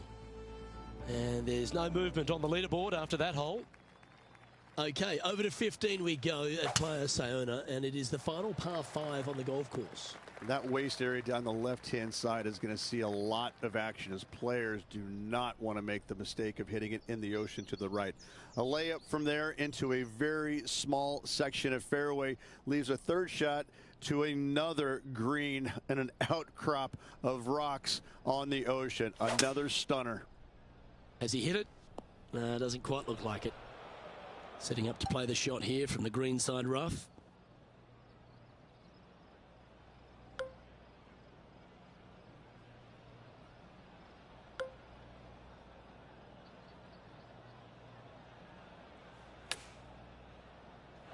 Oh, what a shot by Olina.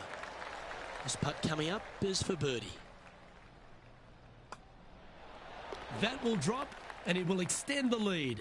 Woo, that is some pretty good breathing room out in front by a bunch. The finishing stretch here at Playa Sayona starts here with the par 4 16th. And we've got a couple of fairway bunkers down the right-hand side. Miss those to the left-hand side, and you will hit your second shot into an island, quote-unquote, green, not surrounded by water, but surrounded by sand. This is a challenging par 4, but should be able to avoid any large numbers.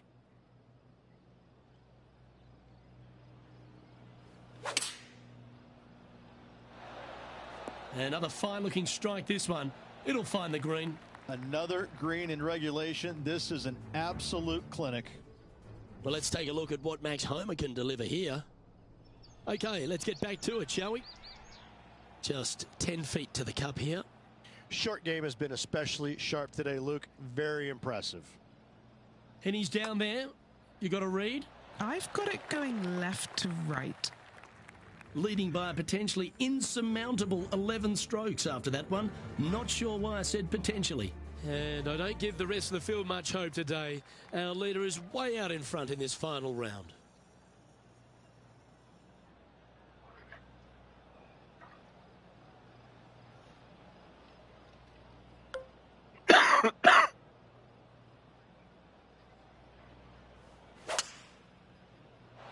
What a gargantuan tee shot. Gotta say, just some of the best rhythm in the game. Another birdie opportunity coming up for this player. Absolutely. It's been a good streak late in the round.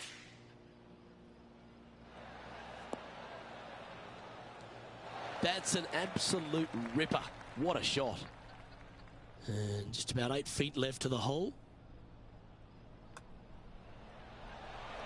Just building upon his advantage. He keeps making the important plays.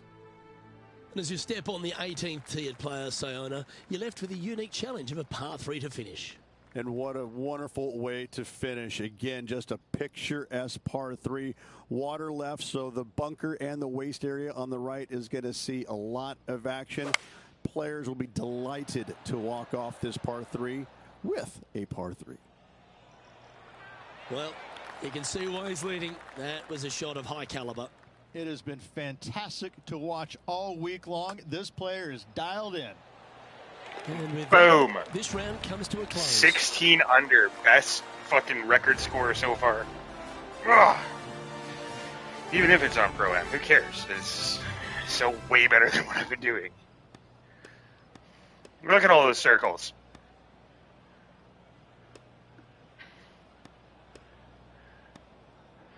We're getting our clubs.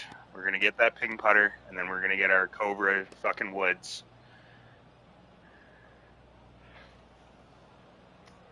Sucks that ping doesn't have wedges, but... That is a comprehensive performance, Rich. It's just one of these wins where you just want to sit back and just soak it all in and enjoy it. Well, that'll just about do it. On behalf of Rich Beam, I'm Luke Elving. Thanks for tuning in. Look forward to your company next time.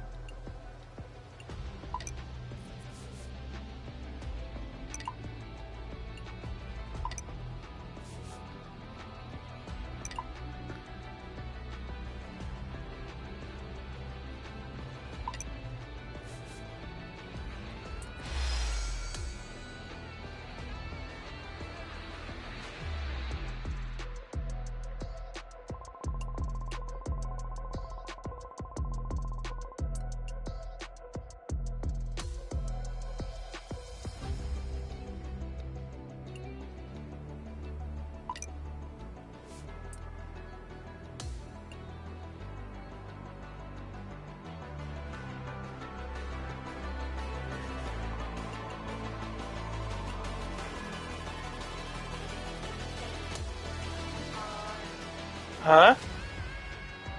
Yeah, I told you, it's fucking hard. It gets ridiculous. Like, it starts out and you're like, oh, I can do this, then all of a sudden it just like, yeah. And then, like, you don't have any med kits and you restart with, like, no health and you're fucked. Yeah. Is there even difficulty settings? Are you on, like, the lowest difficulty? Yeah? Oh, no.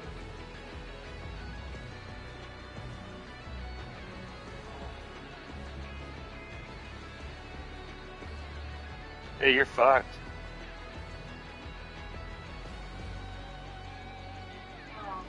Yeah,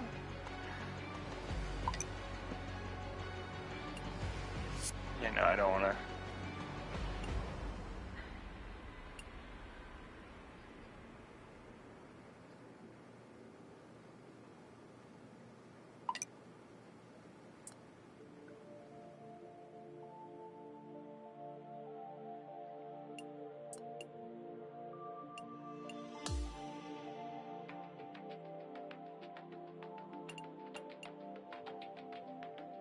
Nice.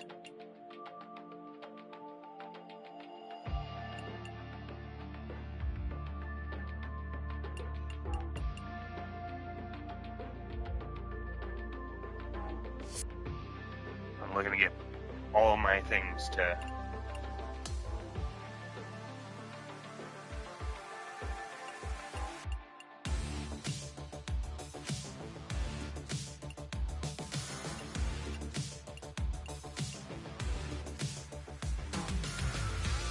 A Mizuno glove would be really nice.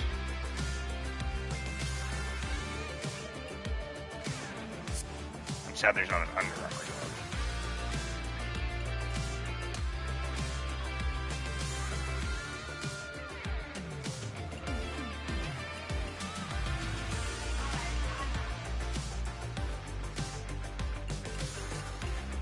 There's really not much. Wow. Sponsors really don't matter much.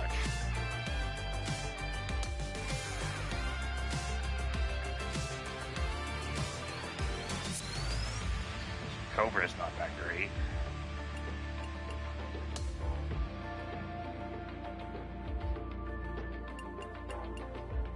We get a putter at 4. Yeah, that's a pretty sick driver. None of the sponsors have fucking...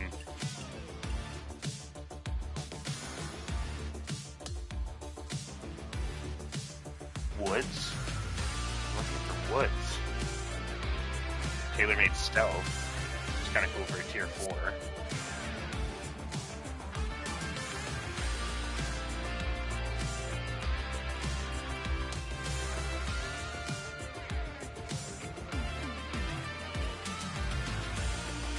Titleist core. And here, wedge. Titleist wedges.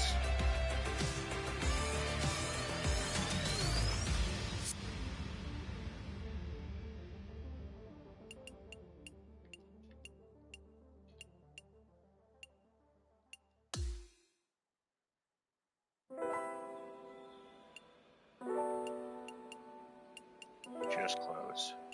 And it's a Sunday red set. Oh no, I guess it's white pants.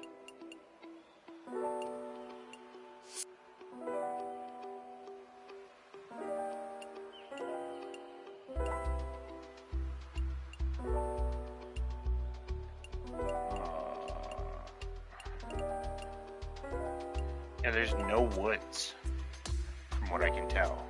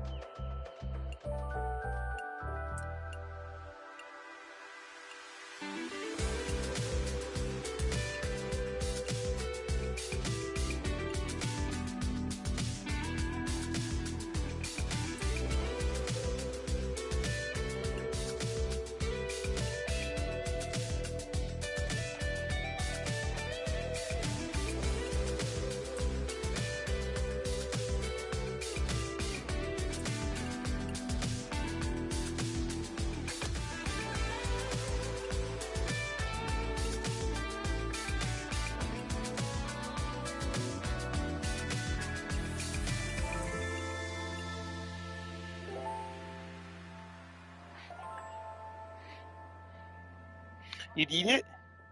I'm gonna eat it. That's good.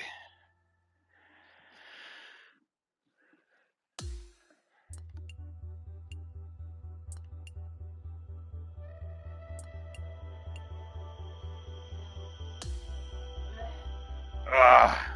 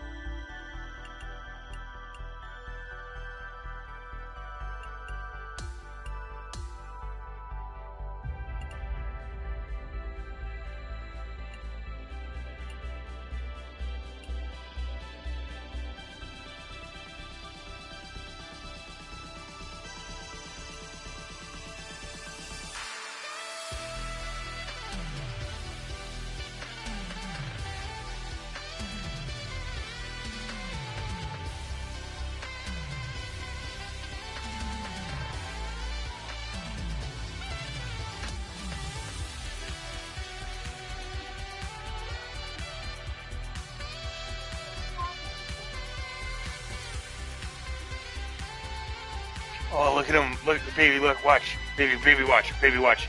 Baby, just watch. Just watch. Just watch. They move when you get close.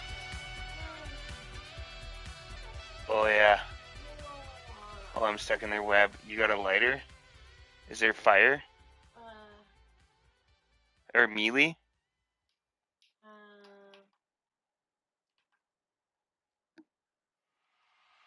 I don't know.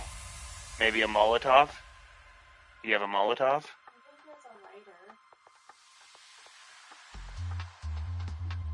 Alright.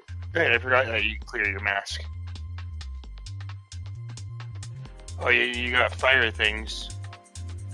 I don't know. Good luck.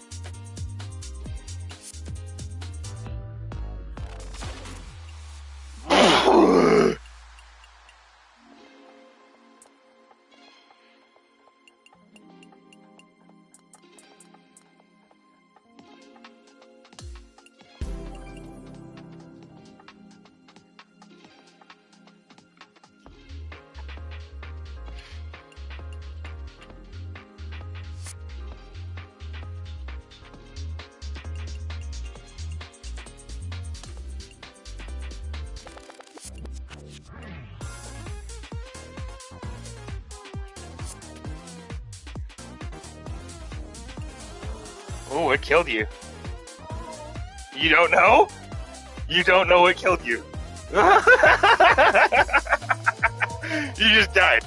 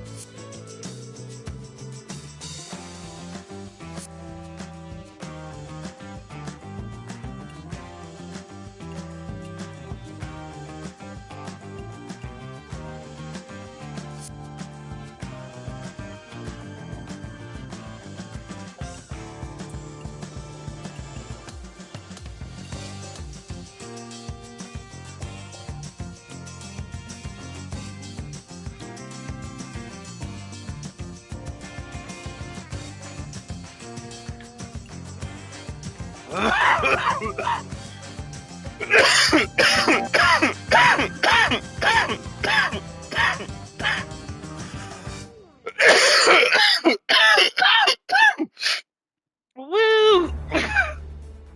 Welcome, everyone. It's time to get ready for the gripping season-long pursuit of the FedEx Cup, presented by 2K Sports and the PGA Tour. Welcome back to our coverage of the Northern Shore Open. The final round starts now. Damn. Hello, everyone. Luke Elvey here alongside my booth mate Rich Beam, and out on the course is Henny Koyak and John McCarthy. We're thrilled to kick off this week's coverage on 2K Sports. Damn. Can't wait to see how this event plays out.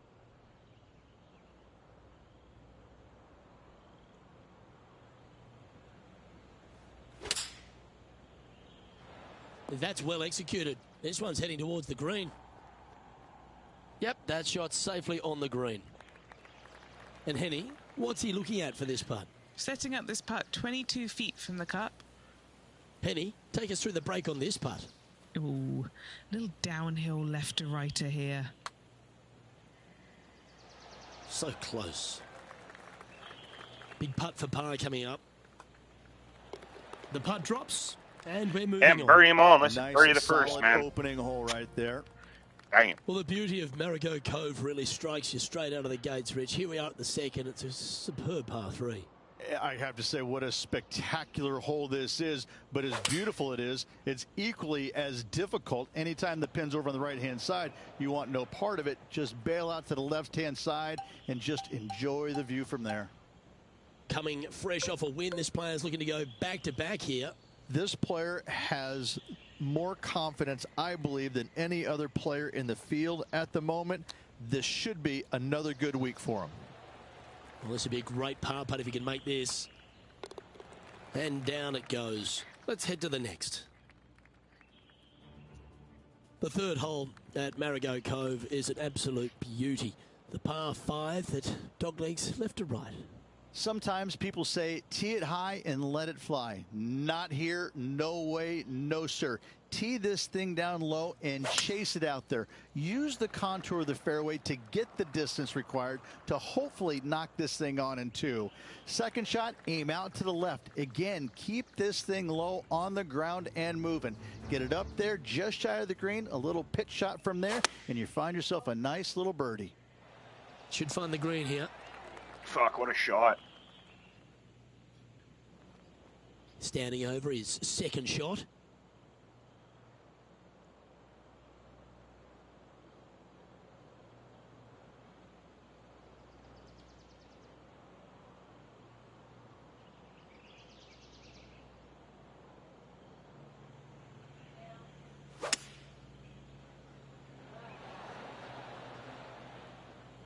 Well, this person displays the power game in pure fashion there. Always like the aggressive play, going for it in 2 and get rewarded for it. And he's down there.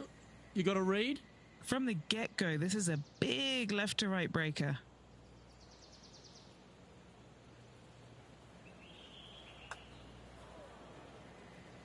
Yep, that works. Nicely done. Pretty straightforward 4-footer coming up here. Currently at -1 following that hole. Now on the tee after a birdie. Fired up and ready for more. Really hoping they play this one aggressively.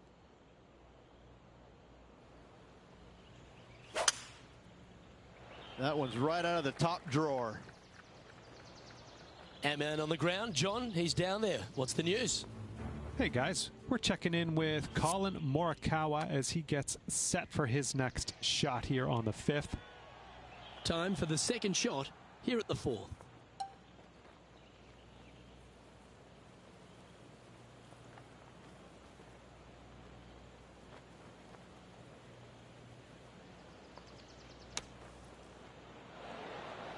On the green now, but a bit of work left to do here.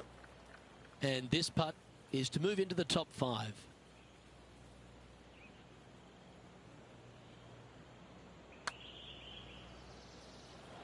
Oh.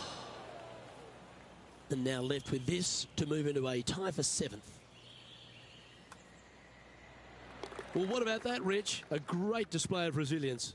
Yeah, in the bunker off the tee. Great recovery.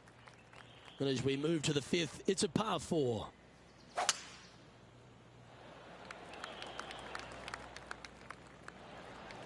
Good shot there, Beamer. It's always a good view playing from an elevated position to the green.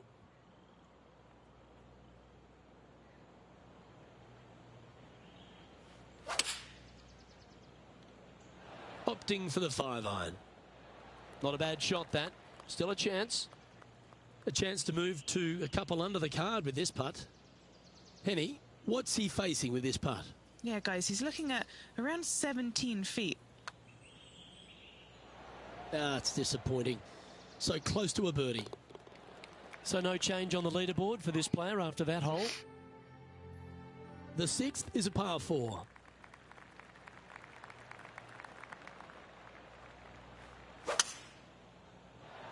That should find the fairway. Always difficult to get a gauge of the exact distance when playing uphill to the green.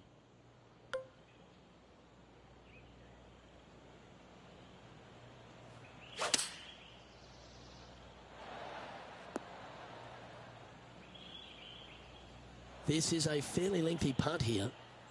Penny, take us through the break on this putt. A tricky little slider here, downhill, moving to the left.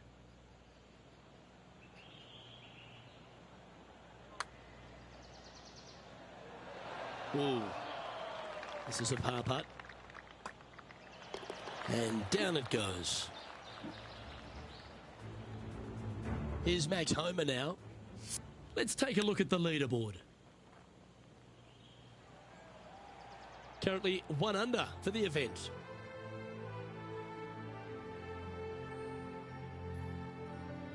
Seventh hole at Marigot Cove. Little par 3, Rich. Plateau on the left-hand side of this green that runs into a low area over on the right-hand side. When the pin's on the left, do not miss it long nor left. You're begging to make bogey, more than likely worse. Anything on the right-hand side, though, start licking your chops, my friend. You're thinking 2 all day long. And after that effort, that's how it looks. Colin Morikawa currently leading the field here.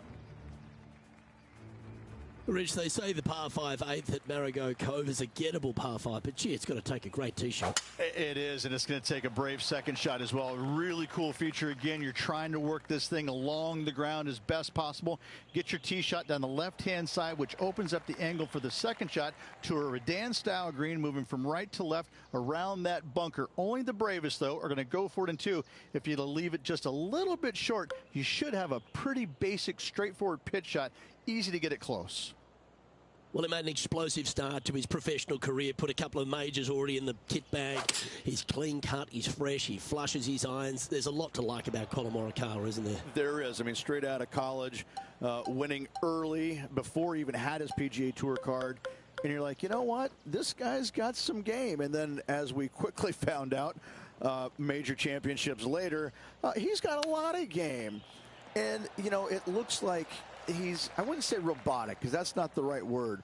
He's tenacious in what he does, but it looks the same the entire time. But inside, his gears are working. He's really out there hitting different shots, different targets, working the ball, you know, usually left to right, you know, a 5-yard or a 6-yard. I mean, he's that exacting. He's one of those players you look at and you're going, no, I don't want to play with him. No, don't put him near the lead with me. No, stop that. That'll work there. Sitting at 3 under par.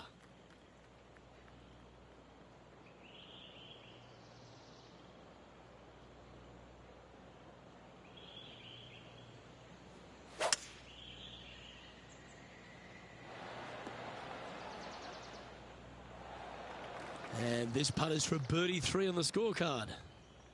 And he's down there. You got a read? Don't be fooled. It starts straight, but there's definite movement to the right at the end. Oh, he's put a pure putt on this. Putting for par. In she goes. Let's head to the next. And as we head to the next hole, our featured player is chasing our leader, Colin Morikawa. the 10th hole at Margot Cove. All right if the flag's up the front. When the pin's up front here, this is really kind of a nothing par 3. It's beautiful. It's a lot difficult when it's all the way back there, but up front, this is go ahead and take dead aim. Setting up here with a very long putt.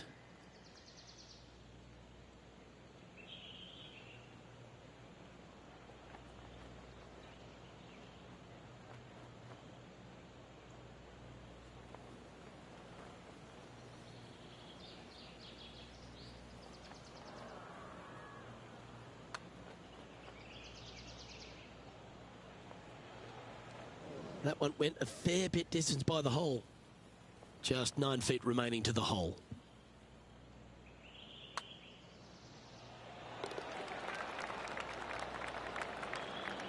Trailing by a stroke after that hole.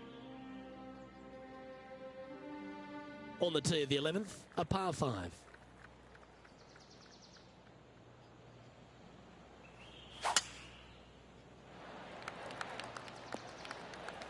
That's tidy. He has his eyes set on one place and one place only. It's the green.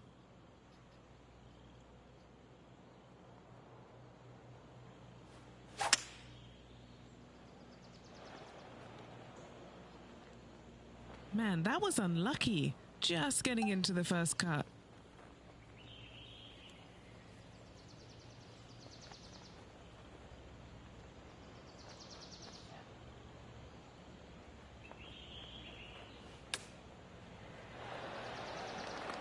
Well, this will be a big birdie here. Good putt to make.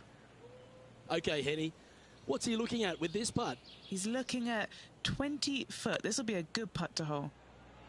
Ooh, looking nice. Oh, beauty. As we update the leaderboard, this player is currently sharing top spot alongside Sahith Theegala. Moving up the leaderboard. I like it.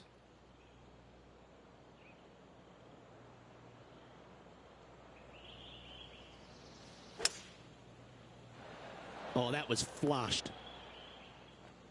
Opting for the 5-wood. A birdie putt awaits.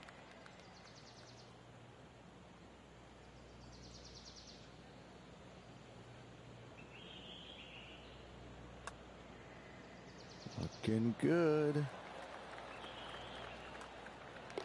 And that putt'll drop. Well done. And it's Colin Morikawa on top of things. Welcome to the par 4 13th hole. Well, on the tee now, coming off a par.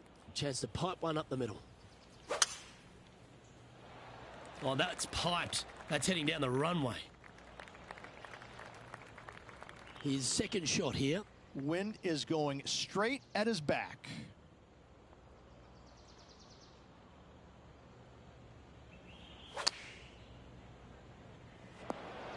A little off the mark on that approach shot. Oh, look at that. The wind just wreaking havoc with that shot. Disappointing.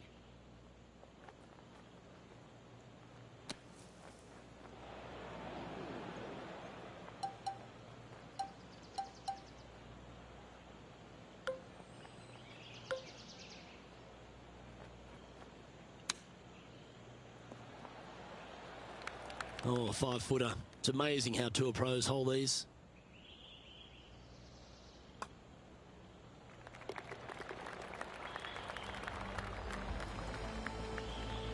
Just one off the lead after that hole.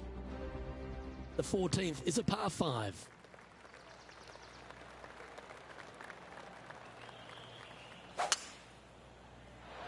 Needs to make a move soon. Oh, well played. A 3-time victor already this season.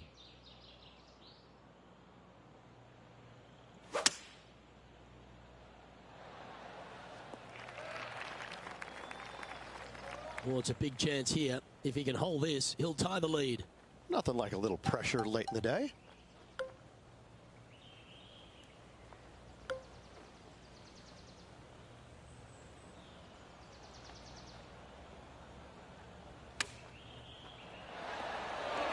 Just 3 feet to the cup. This is for birdie. You know, it's not if you make bogeys, it's how you respond. Well done. And he will move to 4 under par now. We have Sahith Tagala leading as we move over to the next hole. Fortune favours the brave. Plenty of bravery here. Out comes the driver.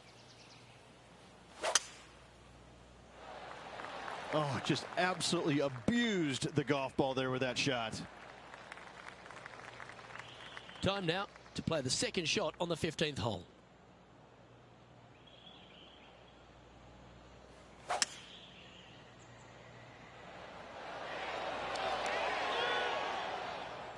Well, it's fair to say that fortune favours the brave, Rich. Yes, it does. And being just one shot back, things are getting interesting. John, have you got a good read on this one? Pretty straight putt. If anything, it'll move a little to the right. Well, this looks pretty handy. Oh, my. Just updating the standings now, and he's moved back on top of this leaderboard. The 16th hole at Marigot Cove, Rich, might be the hardest par 3 on earth. Luke, this could be the hardest par 3 I've ever seen. This could be one of the only par 3s that I know of that you actually should look at laying it up short of this green, because if you try and find the green and you miss it just a skosh out to the right, you could be down there for quite some time. A 60-yard runoff out to the right-hand side from there. What an interesting design this is. A par putt on the table. Oh, Rich, is there anything more disappointing setting up what you'd think is a makeable birdie putt, but unfortunately not able to convert? The 17th hole at Marigot Cove is a par 4, but the challenge really is in where to leave the tee ball. Ideally, you'd like to challenge the end of this fairway as best possible and leave yourself as short a second shot as you can possibly get into this green that sits across the water from you. Anything left short of that fairway bunker is going to leave a long iron to a small target.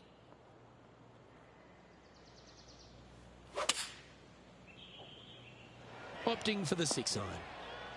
High quality shot, that one, right next to the hole. And a fantastic look upcoming. Colin Morikawa setting up his shot. Only 2 shots off the pace. Let's catch up with the current proceedings. What an opportunity to make a birdie. And after finishing that hole, our featured player leads this tournament ahead of Sahith Tagala. The finishing hole at Marigot Cove, Rich, a very strong par 4. And what a round this has been. Semi-blind tee shot, especially anything going out to the right-hand side. More fairway out there than you can see, but you better fly it a good distance. From there, downhill to a very inviting-looking green. However, with lots of runoff area, it can be quite deceitful.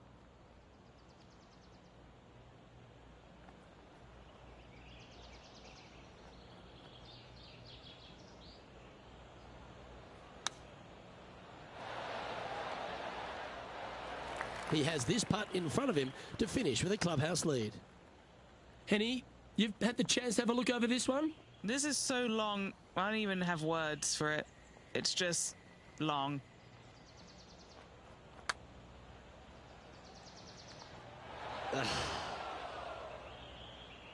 And this putt is for a final score of 65. He finishes up with a par at the last.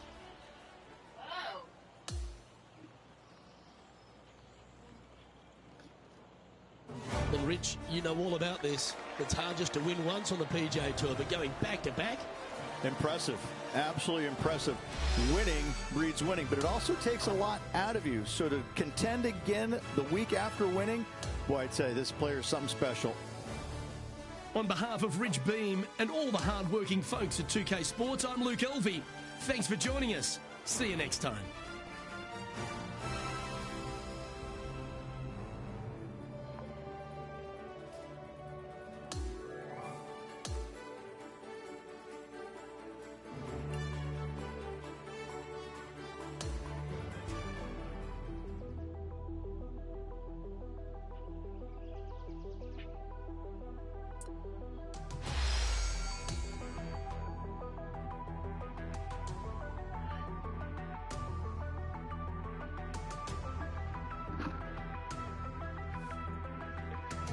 Of what? You've had enough. Oh no, that's not good. Oh. I am gonna take a little break and make a taco salad.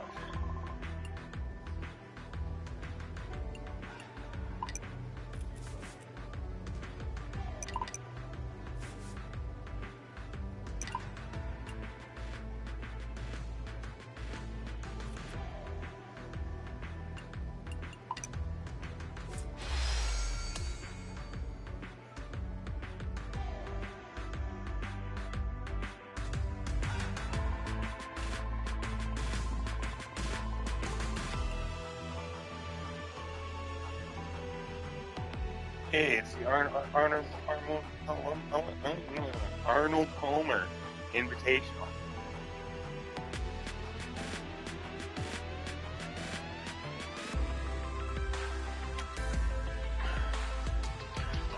Oh, that's cool. It's the first time I noticed the championships at the top. I'm one event away from the Players' Championship. We gotta get there. We gotta win.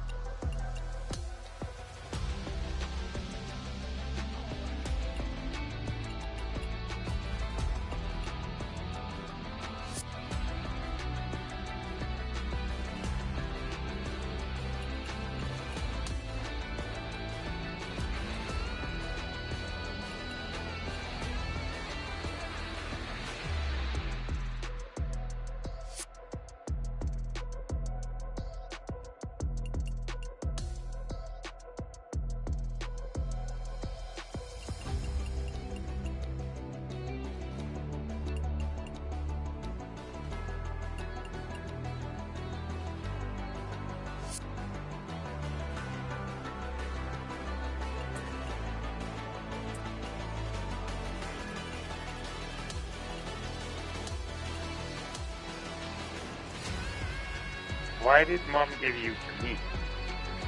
This is the last thing I want.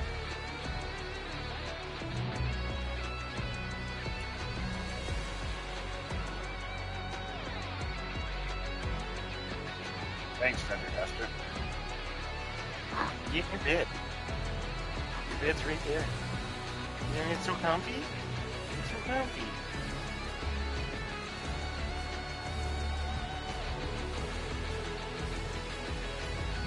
Eventually you'll just give up on something.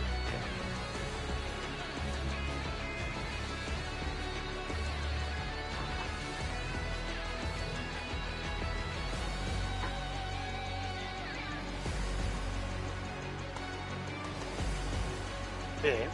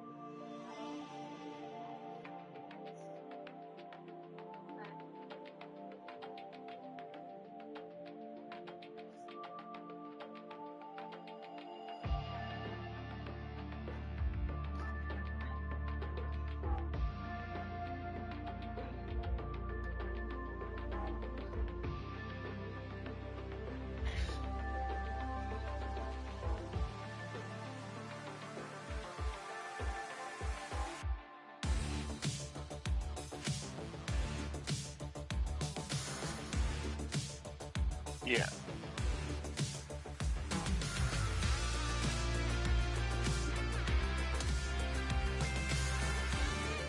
I wouldn't say so, but that's just I.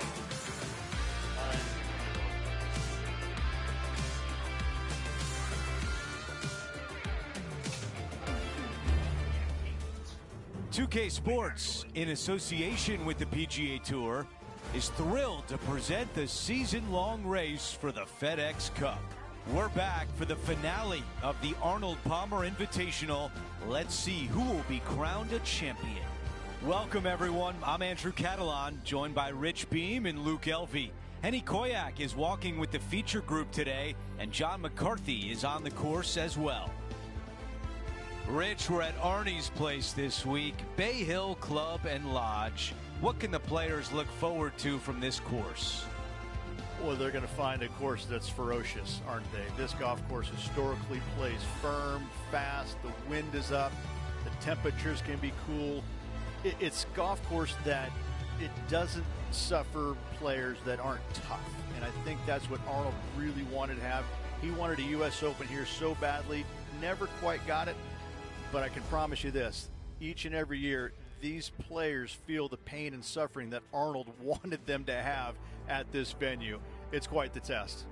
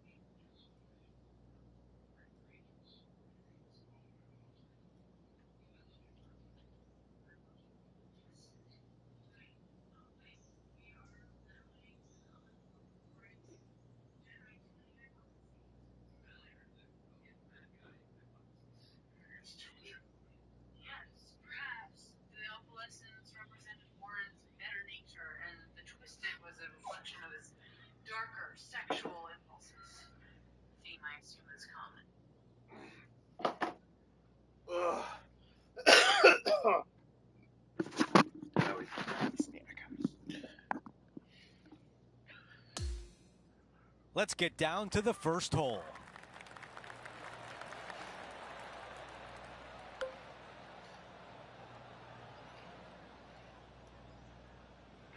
God, I don't know if I'm going to clear that. Fuck it.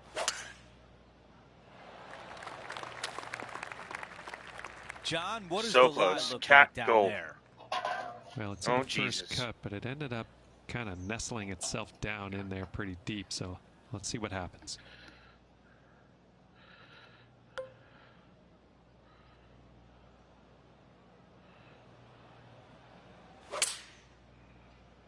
Looks like this is going to miss just right. Here's the third shot.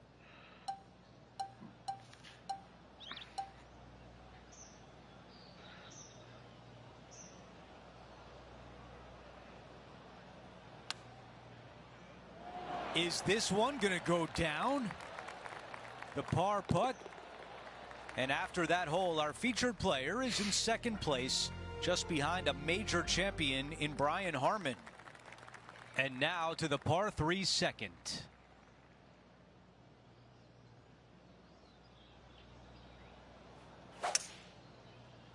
Let's go to that. Pulling hybrid out of the bag.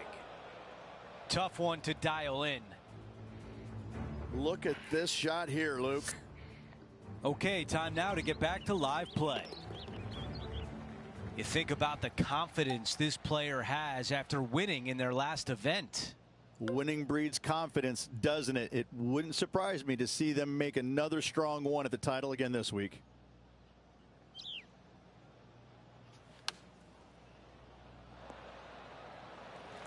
This putt is from 17 feet away. This one to save par. Okay, Henny, give us a read here. I've given it a good look. I see this one going left at the hole. That looked good for a while. Just a little bit of a misread right there. He's going to need to sink this Oh, for next fuck's one, though, sakes. to limit the damage with the bogey. What am I doing? A 3-footer coming up. Now I gotta fucking There put is a in work. significant amount of right to left on this Ah. putt. That putt goes in. Time to make a move. And after that, he is moving down the leaderboard. Setting up now on the tee of the par 4 third.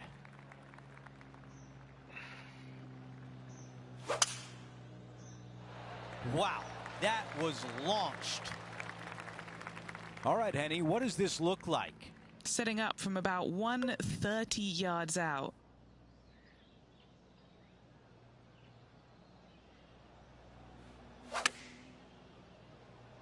This one needs to kick left and kick left hard. Now, wouldn't it be nice if this one went down?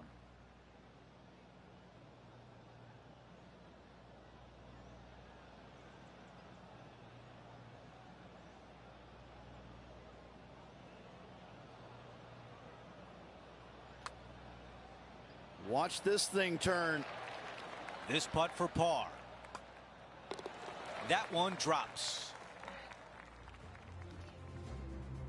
Time for the tee shot at the par 5.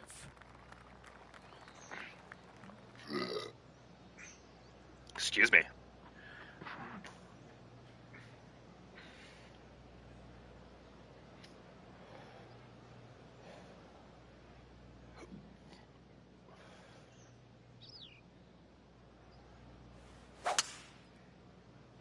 That might be the best swing of the day. Time now to go down to the course, and John has an update. Hey guys, we are checking in with Tiger Woods as he gets set for his next shot here on the 5th. Time to get back to the course. Rich, when Tiger is playing like this, how intimidating is it for the rest of the field? Well, I hope it's as intimidating as it was when I was out there trying to beat him, because these kids are now getting a taste of what it's like when Tiger is at his best. It's no fun. You don't want to play him when he's at his best.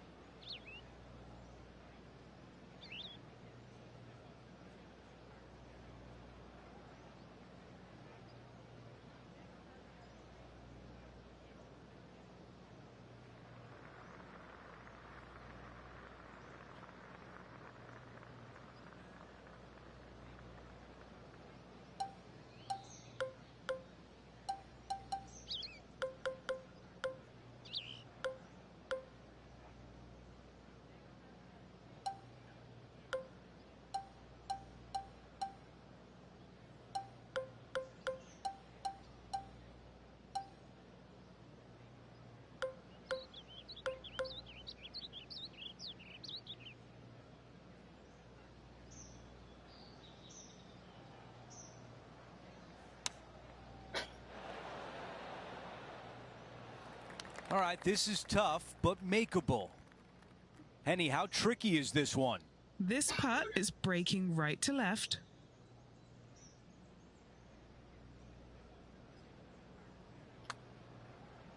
Putt on a good line. Looking good. Finishing off that hole. A man who knows how to finish tournaments is leading the way, and that is Tiger Woods. The fifth at Bay Hill is the shortest par 4 on the front nine, measuring just under 400 yards. Ridge, placement off the tee, critical here.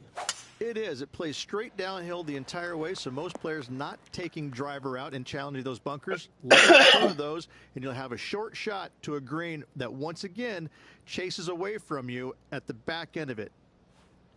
Rich, every time we get the chance to wax lyrical about Tiger Woods, you think, how else can we sing his praises? How can we eloquently describe one of the greatest careers in the history of sports? Luke, I don't know how you say anything more about Tiger that hasn't been said or written or shown. I mean, if you look at the history books, his name comes up a lot. And for good reason. You know, the numbers are astounding. The major victories are astounding. You know, this guy, it wouldn't surprise me if a spaceship came down and he decided to just walk on it and fly back to his home planet. He's just otherworldly like that. And the way that he's gone through his entire career and time again produce when you think, well, no, he can't do this again. Well, okay, yes, he can. It's phenomenal. I just got to say that I am so privileged to have played against the man, beat him once. I made it count, however, but I mean, just to play in his era was, I tell stories about it for my end of days. Henny, take us through the break on this putt. A huge right to left swinger.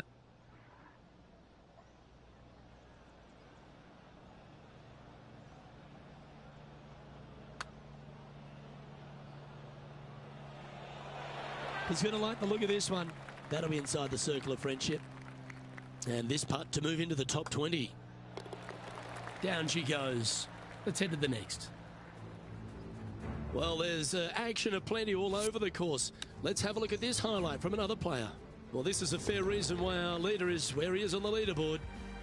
Sitting at 1 over for the event. And after that good play, moving up the leaderboard. Here's a look at the par 3 7th.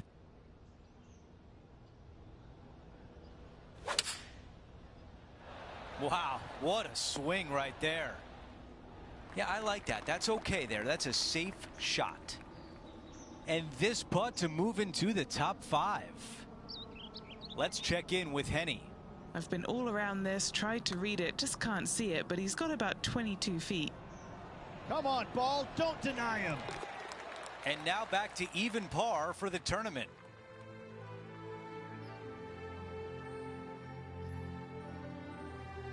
We've reached the 8th hole. It's a par 4. Good birdie on the last. What's in store now? I like the looks of this. This is a 150-yard shot. Currently trailing by 1.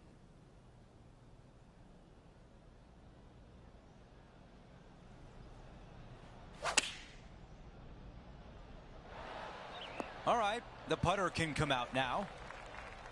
Here's a putt to get into a share of the lead.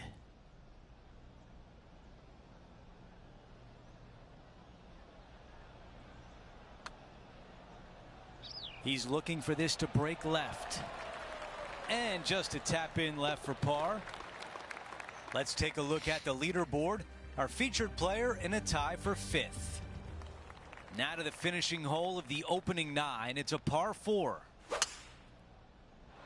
Oh, flex on that drive. Take a look at what happened earlier today at hole number 6. Take a look at this attempt from way out. We're back. Time to have more live play. Let's go down to Henny. Setting up here from about 165 yards.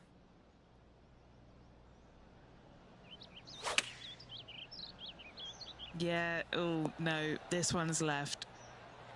Big opportunity here. A putt for birdie. Henny, how tough will this putt be? This one is breaking left to right.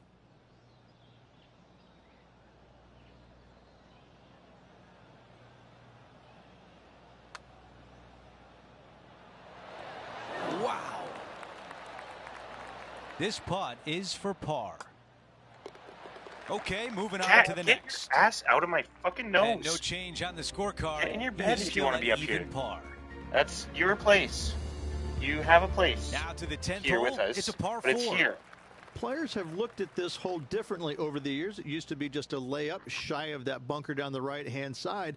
But with a favorable wind, we're seeing a lot more players take out driver and take it over that bunker, leaving a very short second to a green that is slightly elevated.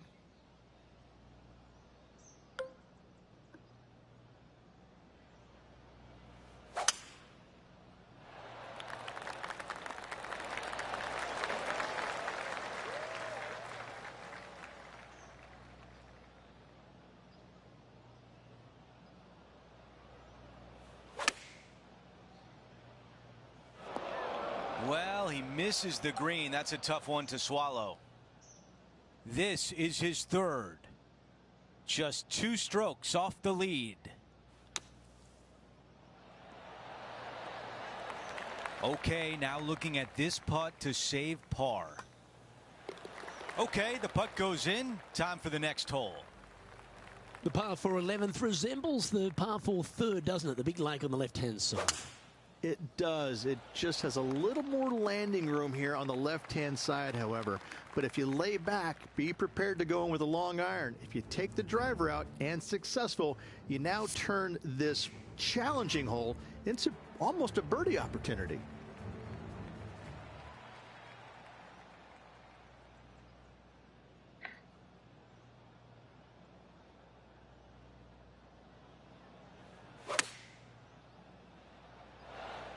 Oh, absolutely flushed. 9 feet to the cup. Go. Go.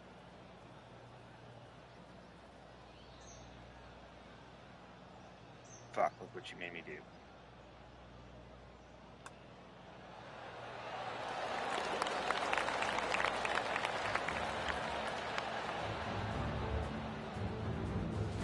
Time to update the standings now, and our featured player is in second place behind Rory McIlroy. Always like to see your name moving up the leaderboard. Never a bad thing.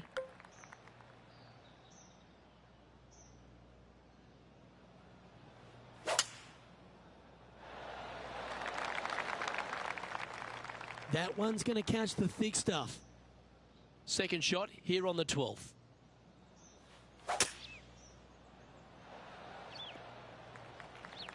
Oh, that's a high caliber shot. Sitting at 1 under the card.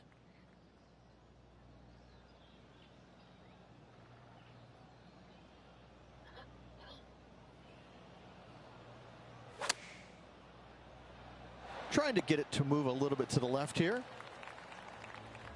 Let's take another look at Tiger from earlier. Here's a great shot from our player currently in second. And this putt is for a big 4 on the scorecard. And he's down there. You got a read? You know, it's tough to see, a tricky read, but it's uphill and a left-to-righter. Oh, this has got a nice looking roll on it. This one's got some momentum to it. Oh, what a bonus.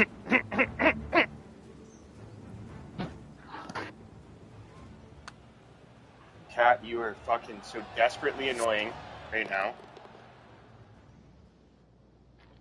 And updating the standings, they're currently in top spot alongside Rory McIlroy. I really don't think anything. Number that color is 13, not a supposed to long be hole big. by anyone's stretch, but the pond in front of the green really plays havoc. It does, more so than it should. It's just a long iron or a hybrid off the tee. Find the fairway down the right-hand side. Open up the angle for your second shot. And it's obvious, you just don't want to miss your second shot right. So bail out to the left-hand side, make a par. Pretty simple. An opportunity for a birdie here. Or fucking Mark it do down, that. that's birdie number 5. And with that, he'll move to 3 under par. After a quick look at the leaderboard, our featured player is on top with Rory McIlroy in second. And another of the uphill par threes, the 14th, Rich. This is such a difficult hole because this tee shot lines you up over on the left-hand side where you'll find those bunkers. But if you bail out to the right, well, now you're running into a low area that you have a pretty difficult chip shot to a green that historically is the firmest and fastest on this golf course. Well, it's time to head back down to the fairways. John, what's up, mate? Hey, Luke. Yes, I'm down here checking out Tom Kim as he gets set for his next shot here on the 11th. A 7-footer. Right here. Mark it down. That's 6 birdies today. And that will take him to 4 under. We've hit the par 4, 15th hole. Strong par 4, dog legs from left to right. Don't miss it out to the right in that bunker. Not only are you hitting your second shot out of the trap, but also you've got some magnolia trees to deal with. This is a very difficult fairway to find because that fairway does chase away from you just over that bunker. This is a very strong par 4. Now from the greenside bunker.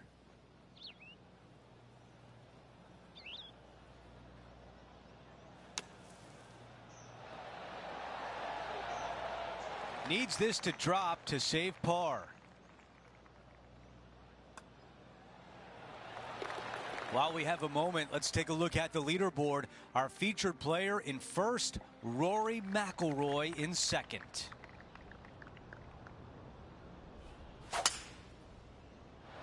Look at that drive. He got all of it. Wow, our leader's got it going today.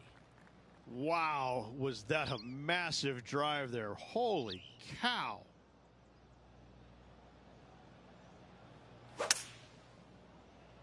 That one is not on a good line, headed toward the rough.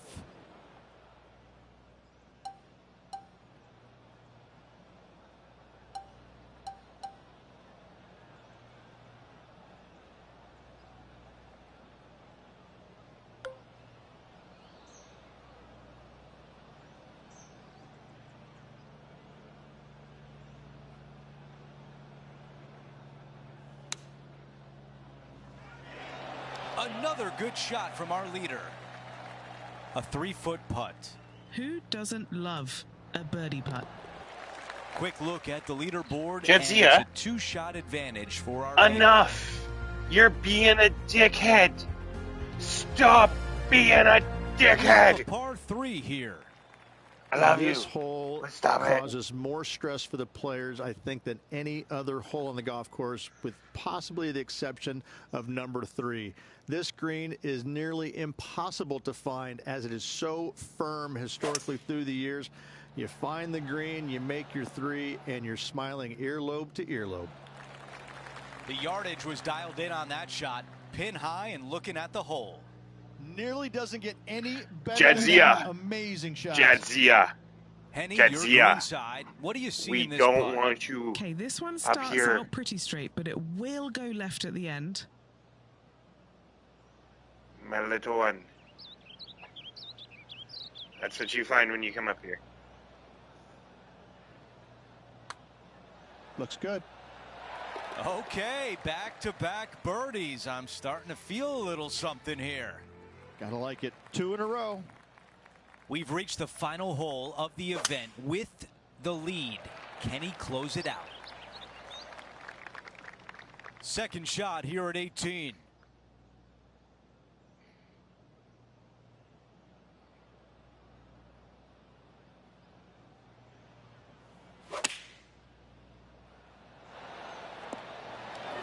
That's a textbook swing on the approach shot. Here's a putt to finish his round with the clubhouse lead. And as he sinks that putt, he will take over the clubhouse lead, but will it be enough to hold on? No, there's no way. Tiger Woods shot a -3. There's no way I don't win this. Rich, just an incredible performance, back-to-back wins on tour. It takes a lot of mental fortitude to win not just once, but back-to-back weeks. Job well done. Well, that'll do it for us today. For our entire 2K Sports crew, I'm Andrew Catalan saying so long and we'll see you next time.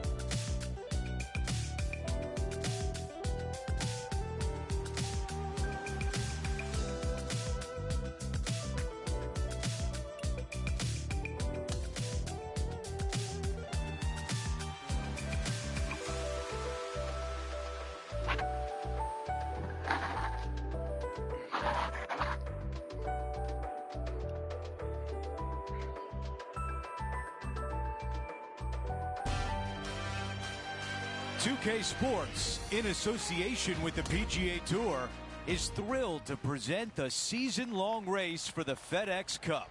Welcome back to our coverage of the Players' Championship. The final round starts right now. Hi, everyone. I'm Andrew Catalan, alongside 2002 PGA champion Rich Beam. Luke Elvey with us as well, and we've got Henny Koyak and John McCarthy down on the course. Rich, there's a lot of money on the line this week. It's the Players' Championship at TPC Sawgrass. Take me through this course. Yeah, and none of the players will actually admit that they're going to be a little nervous about that money, but I promise they are. It's just a different golf course. There's no shot that really fits your eye. You have a tee box pointing one direction, a landing area that's a different direction, and a green that sits even more cattywampus than that.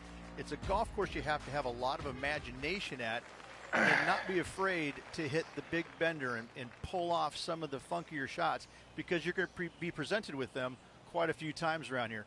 It's a goofy golf course that linear golfers such as PGA Tour players don't necessarily like. I'm not sure where this one will end up.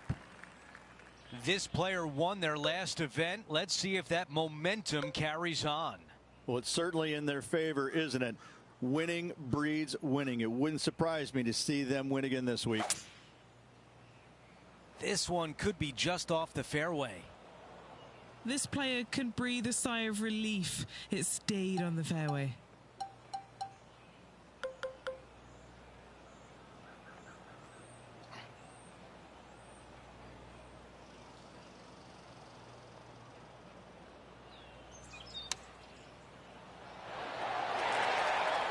Now to Brooke Henderson. She's trying to pull ahead in this rivalry. Let's see what happens. All right, let's get back to the action. And just a tap in left for birdie. And a good job there as he moves to 1 under for the championship. Stepping on to the par 3 third. Par 3, just 177 yards from the back, but this green is always firm. Be wary of that. This one headed in the wrong direction, out to the right. Okay, green side, a chance to get up and down.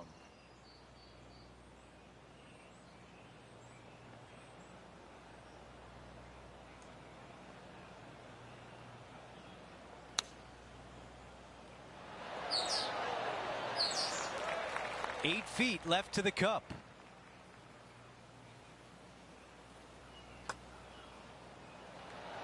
And the par putt just slides by. And that putt drops, and we move on to the next. No longer in the red, he falls to even par for the event.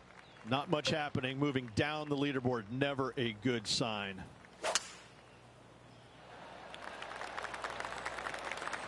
Wow, he's going to like that one. This shot from around 100 yards out. Wind moving right to left on this shot.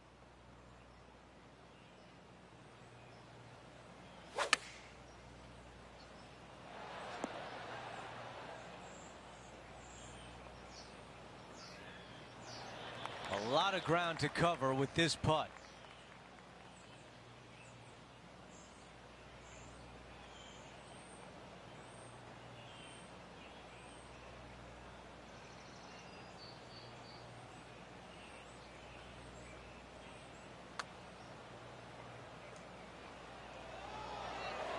How did that not go in? Now to Brooke Henderson. She's currently trailing her rival. Let's see what happens here. Here's the 4th shot.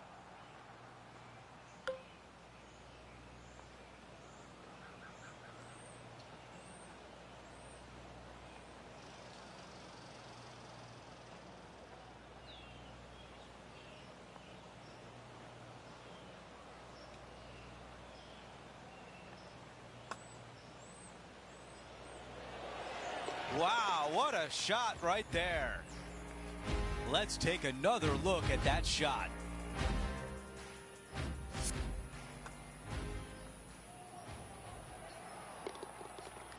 And after that, he remains at even par.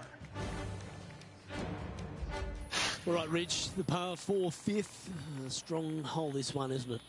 Huge mounding down the left-hand side that you want to avoid at all costs. The bunker down the right-hand side, to be fair, is not that bad. But a little further right of that, though, that's the water. You want no part of it. Second shot is downhill to a green. To be fair, that's mostly flat, runs from back left to front right, but one of the more benign greens on this layout. All right, John, you've been reading them well all day. Take us through this putt. This should move pretty significantly left to right.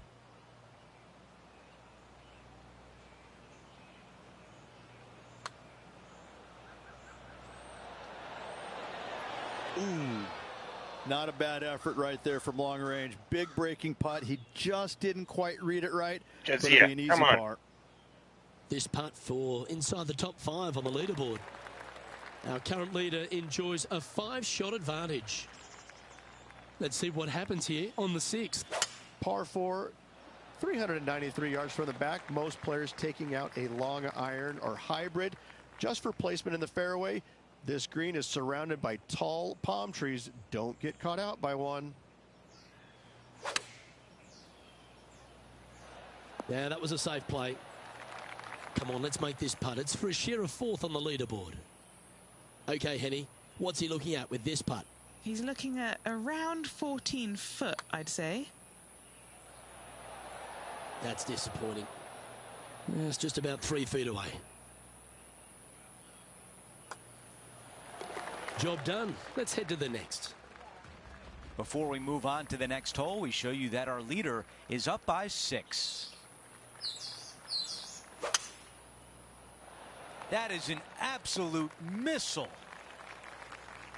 Okay, we've got about a 140-yard shot here.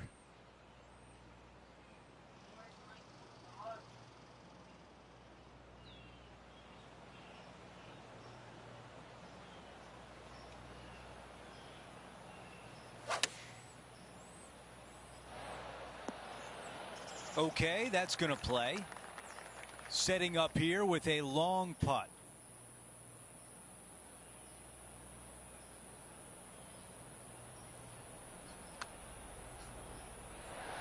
Man, that was close. 3 feet to the cup. Who doesn't love a par putt? All right, that one is behind us. Here's a look at the leaderboard. Our featured player is in a tie for 7th. We've reached the 8th hole. It's a par 3. Par 3, 237 yards in length. A brute, to say the least. It is a tough hole surrounded by bunkers. If you can make 3 here, you're a happy person.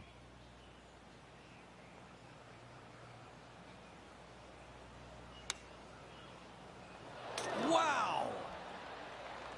This is a 6-footer.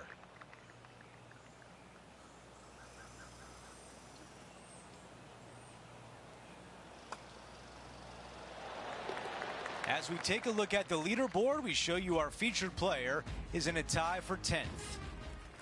We've hit the 9th. It's a par 5.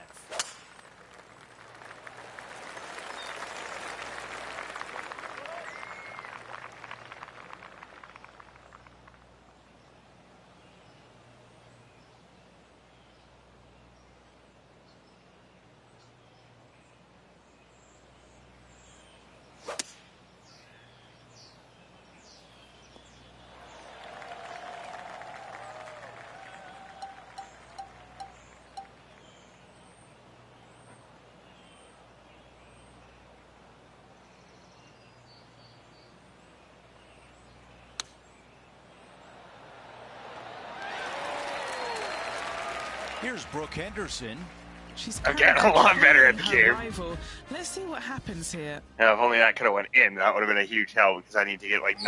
I think I need to win every And a hole. putt to move I into go a under on tie every for hole to 4th tie place. for first. And this is the Nicely Players' done with Championship. birdie. It's my first And championship. now into the top 5 on the leaderboard. I need to get another As we 7 check out how things birdies. stand, our leader has a 6-shot cushion. Or he And needs to now lose some teeing strokes. off on a par 4. Still, there's a lot to overcome. Get out there. That appears to be a very good line off the tee. Nice. Rich, you have to be really You going to impressed bed? with how Brooke Henderson has evolved. Her swing, I think, is probably the best in the game, both men's and women's. The way that she swings it each and every time, it's dynamic, it's strong, but it's also got this finesse to it. She's the complete player all around when it comes to ball striking. Let's see if the player can manage a par.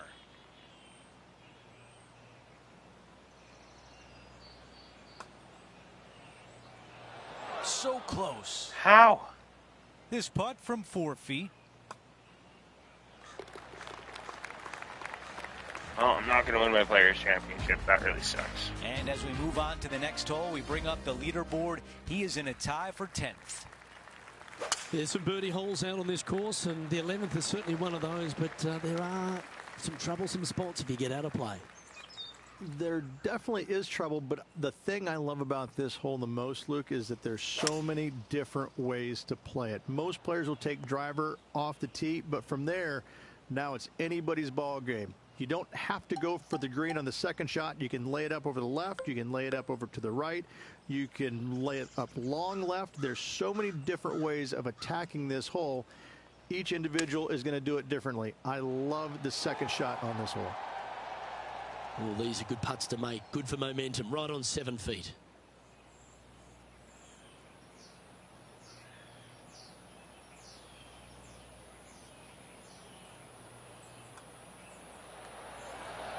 That's a good way to bounce back from the drop shot at the last hole. And with that, he moves to 1 under par. Some lovely momentum for this player, moving up the leaderboard. Well, the tee shot is all that matters on the short par 4 12th. Most players can reach the green. It's just a decision whether the player goes for it or not. They can, but they better be aware that there's a lot of danger up there. Water left obviously is no good, but even bailing out to the right in those dunes, in the mounds, and little pot bunkers on top of those mounds, well, forget about it. That's not a good space either, especially since the green does run pretty hard from right to left. If you want to take this hole on with driver and expecting to make 3, well, you need to realize that a 5 and a 6 could be easily made as well.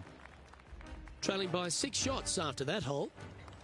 Well, as you start to head for home here at TPC Sawgrass, you're blessed with this wonderful par 3 13th. So many different levels to this green on the par 3, playing 181 yards from the back You can get it close. You can even make a hole in one. But watch out, if you hit in the wrong spot on the green, it'll be difficult to two-putt from there. Ooh, sometimes you need a hacksaw to get out of this rough.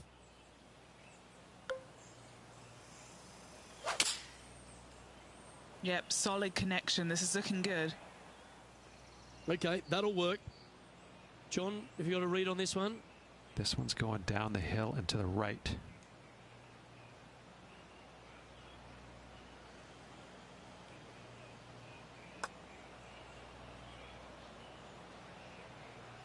Well hold. Trailing by 7 after that hole.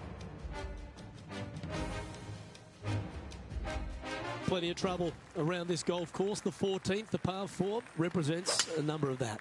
If you hit it down the left-hand side, the golf ball will chase a long way, but you'll be blocked out by some trees. You hit it out to the right, you're going to be on top of a mound, but you'll have a really good idea of what's in front of you.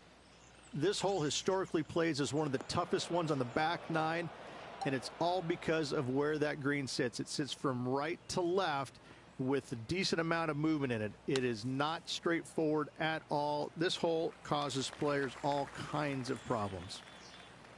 And he needs this to save par. Good stuff today, especially the short game has been really sharp today. It's just about 3 feet away. And that putter's hold, and that means it's back-to-back bogeys, unfortunately. And making one bad mistake with another, compounding it, not good. Let's check out the 15th. It's a par 4. Players do hit through a chute off this tee shot, which makes it a little bit simpler, I believe, for the players. Bunker down the right-hand side is no good because you'll have trees blocking you out with your second shot. If you miss it left into the pine straw, now you've got some trees blocking you out there, so finding the fairway is imperative. This green is no fun. You find the center of the green and you might be able to putt every single day, but in all reality, you have to find the correct section in order to give yourself the best look at making a putt. An opportunity to make birdie.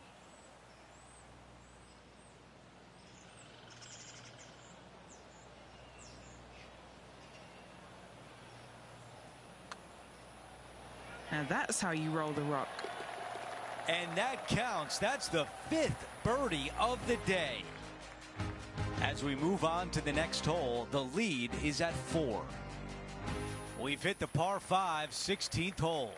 Ideally, players want to take their tee shots from right to left. Start off that fairway bunker and move it left back in the fairway. Anything down the left-hand side can get caught up into those trees and really cause players issues with their layup. You find the fairway, now you have a massive decision to make. Go for it or bail out to the left, thinking that's the safe play. It really is not. You have to be brave and try and find this green with your second shot. If not, it could come up and bite you.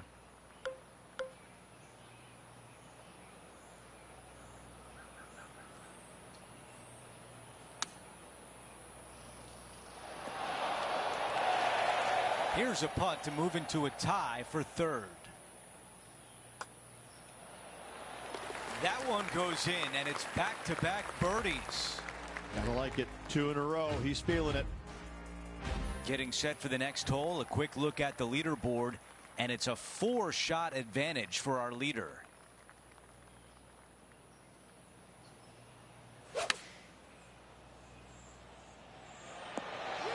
He hits a beauty at 17, and now a chance for birdie. Of all the shots that I like the most, that one ranks right up there. He's got this putt for birdie.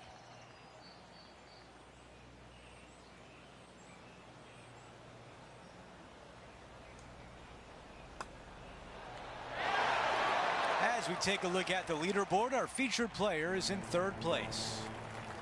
The closing hole is a par 4.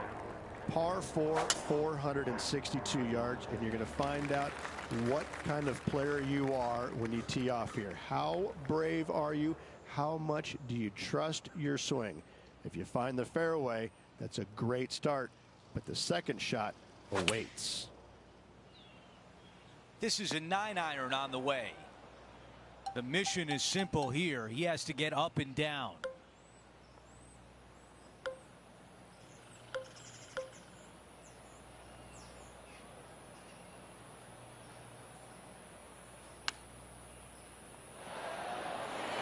Six feet remain.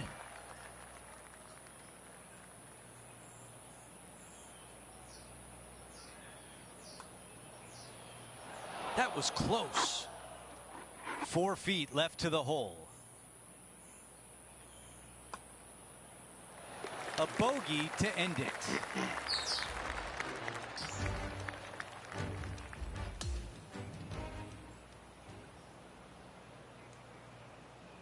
Well, Rich, we talked about the possibility of going back-to-back. It doesn't happen, but it was still a great fight. No shame in finishing runner-up after coming off a victory last week. Unfortunately, back-to-back wins would have been a little sweeter, but still, great job. Just a phenomenal day. We can't wait to do it again. For Rich Beam, Luke Elvey, our entire 2K Sports crew, I'm Andrew Catalan. Thanks for watching.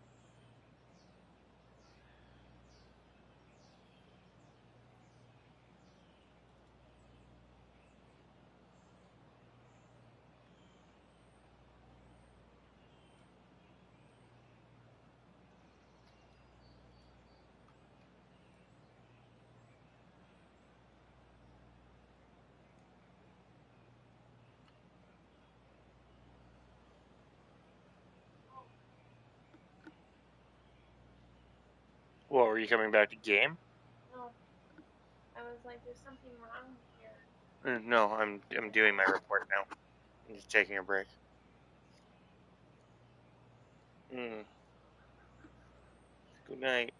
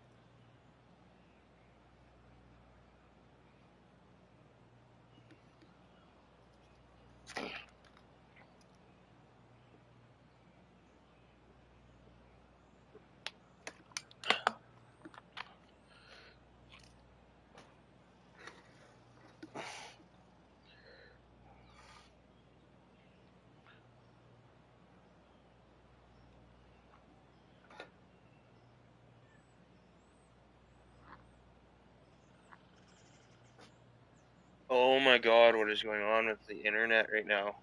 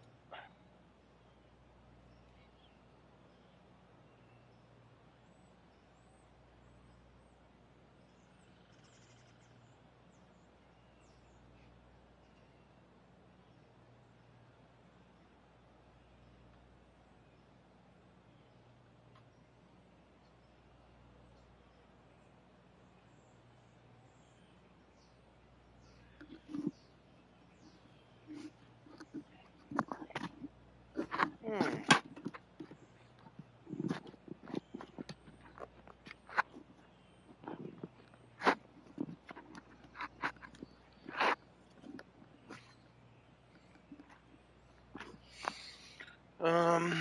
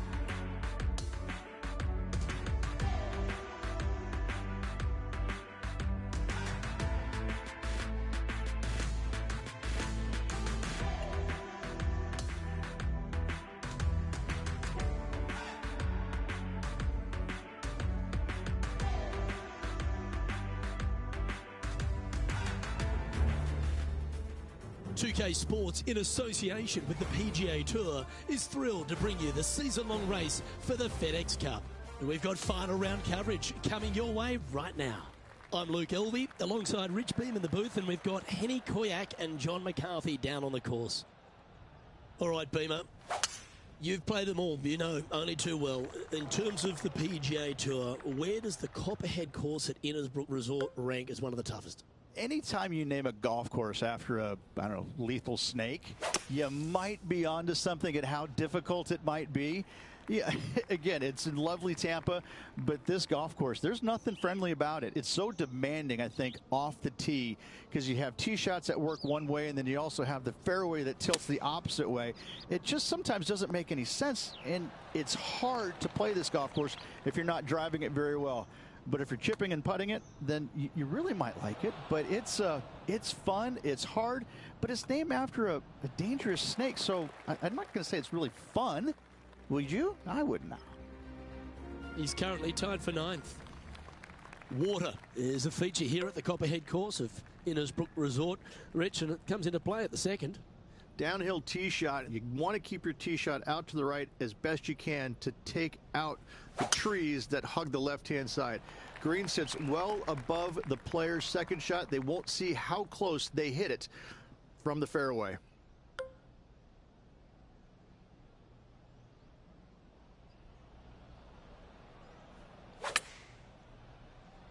Oh, I didn't see this as possible. What a shot. Good look at birdie here.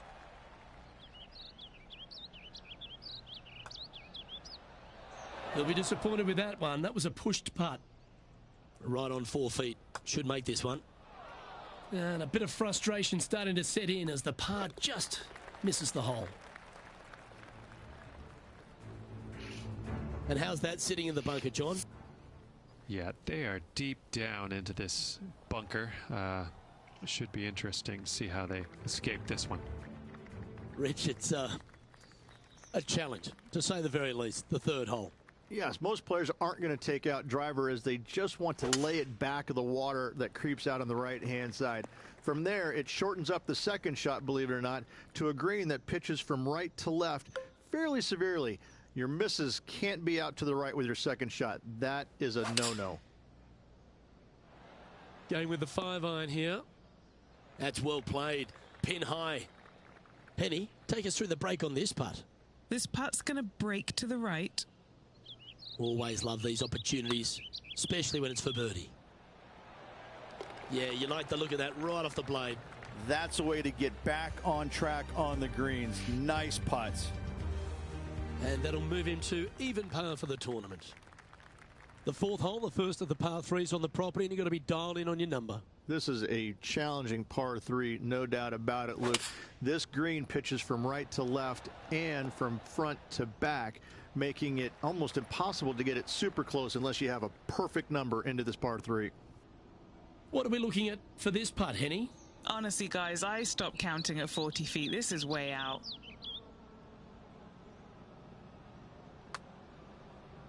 Oh, that's a nice looking roll. Oh, painfully close. Now 6 strokes back after that hole. Stretching out over 600 yards means the par 5 fifth is no snack. It is. Luke, I rarely say that par 5s on the PGA Tour are challenging, but this is definitely one of them. It's an uphill tee shot and a second shot that is downhill, moving from right to left, that's completely blind for these players.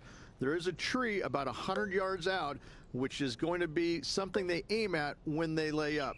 Third shot, though, is very basic, down the hill to a fairly flat green surrounded by some bunkers. More than likely, most players are going to have to lay it up on this par 5. This lie's not great.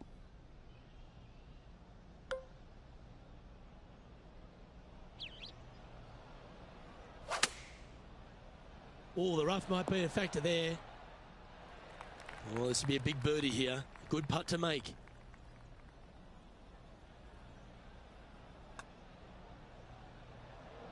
Good effort from there. 3 feet to go here to the hole. These par putts, they keep a round going. Trailing by 6 shots after that hole. The tee shot also critical here at the par 4 6th at 455 yards. This is probably the hardest fairway to hit on the PGA Tour, Luke.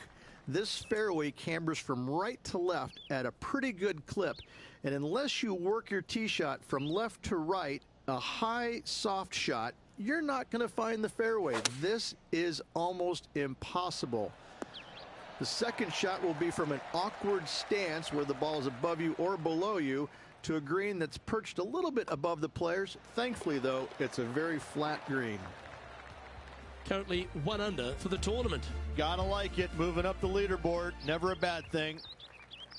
Standing on the 7th tee, players get to breathe a sigh of relief having the 6th behind them. You know, Luke, this is sneaky hard, to be fair.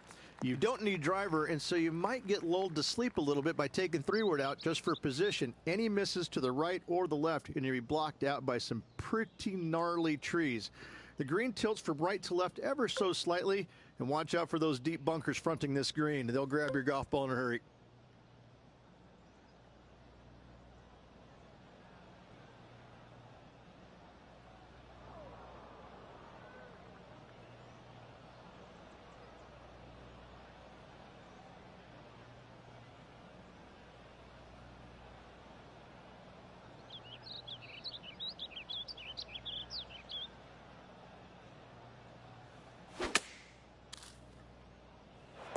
That's a shame.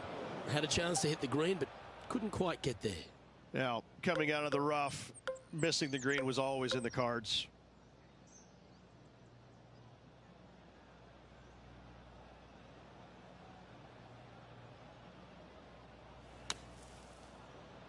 And he's managed to find the green, but midway from the flag. Have to rely on a good putter here. Oh, a lovely opportunity to save par here. That one raced by. Bit of work coming back. This putt just 5 feet away from the hole. Oh.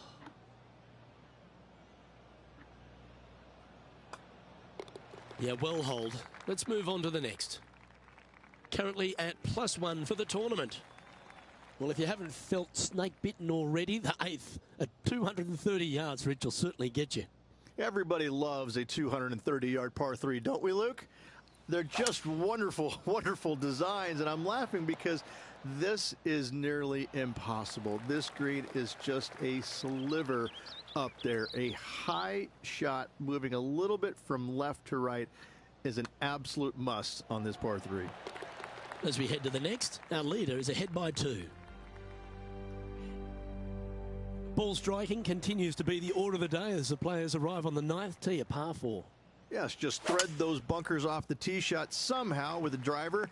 Second shot is going to be straight back up the hill. And once again, with the pin position over on the right-hand side, players will be unable to see where their golf ball pitches. This is a quality par 4.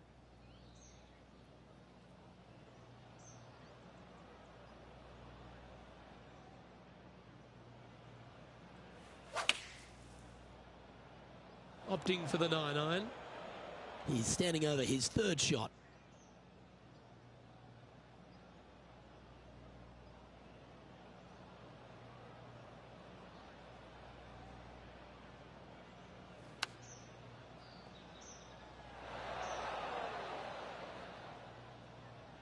He has this putt to save his par. John, what's the line on this putt? This one looks like it's going to take quite a dive right to left. This putt's about 4 feet from the hole. Sitting at 1 over for the event. Unfortunately, backing up slowly but surely on that leaderboard, Luke. I'd be booking in for some lessons if I was swinging it like that. Second shot here at the 10th.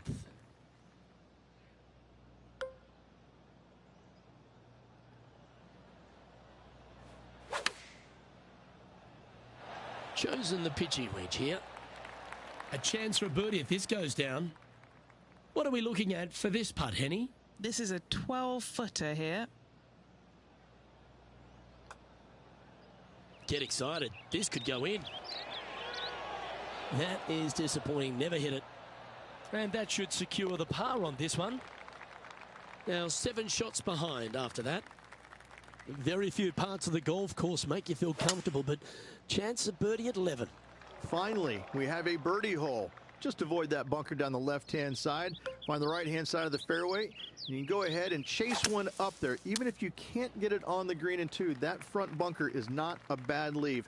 But beware, there are some trees over on the right-hand side that could block you out.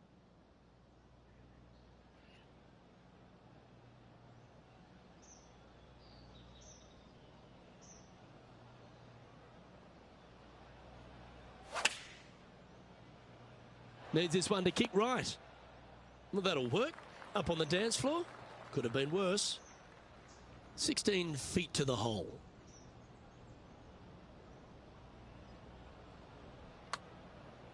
That's pretty tidy. Nice one. 4th birdie of the day. And as the scorecard suggests, heading up the leaderboard. Well, a birdie's also in your heart, standing on the 12th tee. A short par 4, Rich. Decisions to be made? Just a long iron or a hybrid for this tee shot here, Luke. Second shot, you're coming in with some kind of short iron to a green that's protected by a deep bunker in the front. Well, Rich, I'm being honest. This lie is putrid.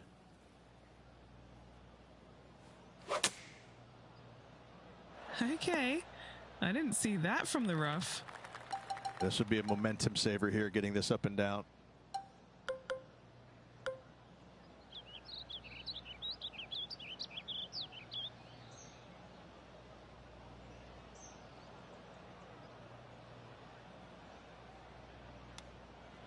Well, that's very crafty, isn't it? This putt for par here. So close. Just a short putt remaining here. Our current leader is enjoying a 2-stroke lead. Lucky 13 for some. This par 3 plays 200 yards. Luke, I've never seen a green in golf repel more golf balls than the 13th here at Innisbrook. It's like it's made out of Gore-Tex. Golf balls just don't stay on it. It is really one of the hardest shots at this Innisbrook golf course. Well, that doesn't look to be a great lie, but John's down there. How bad is it? Ball really burrowed into this bunker. They're going to need to be quite careful as they exit this beach, guys. Yeah, well holed. Let's move on. No movement up or down on the leaderboard for this player. The second of the back 9 par 5s, Rich 14. There's plenty to it. Only the biggest hitters in the game can reach this 1 and 2, so any tee shot just out to the right is ideal. That way it leaves an easier shot out to the left for your layup. The third shot will be going downhill to a green that tilts from back to front, guarded by a deep bunker over on the left-hand side. You find the fairway with your second shot, you've got a really good chance to hit your third in there close.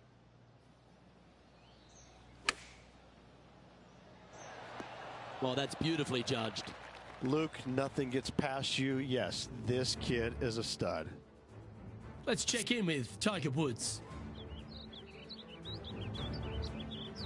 More chance to sneak inside top 20 in the standings here with this putt.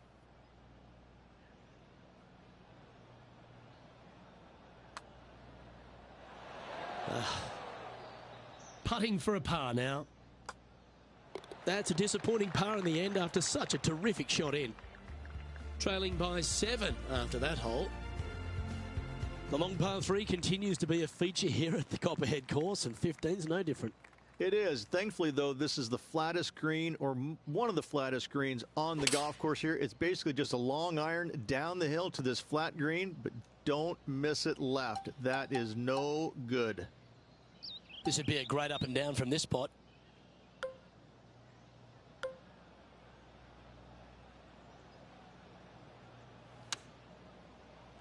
Oh, just snuck over the edge there. Pretty good chance here. This one's for par. And the putt drops now 1 over, heading down the stretch. The 16th hole, right in the middle of the snake pit here at the Copperhead course. Par 4 measuring over 450 yards. There's some trees over on the right-hand side that you want to take it just left of to find the center of the fairway. From there, you're going to go in with a mid-iron to a really small green. A high, soft shot is required to hold this green.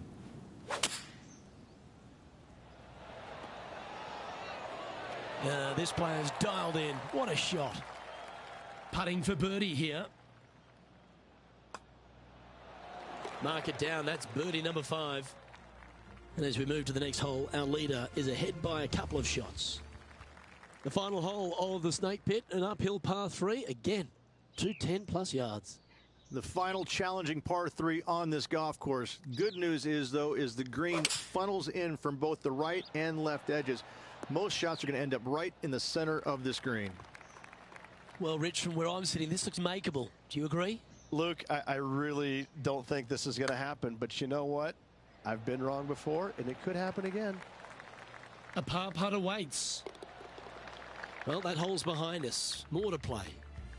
Now 6 strokes back after that hole. We've made our way to the final tee here of Innisbrook's a Copperhead course, and Rich, no real reprieve.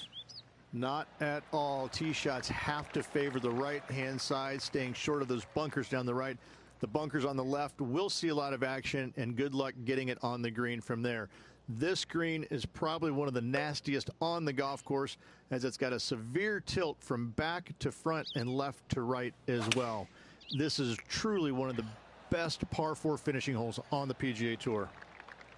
This is what remains to shoot 70 today. And he's down there. You got to read. A tricky little slider here. Downhill, moving to the left. 6 feet remaining to the cup. And as the putt drops, he ends his event at even par.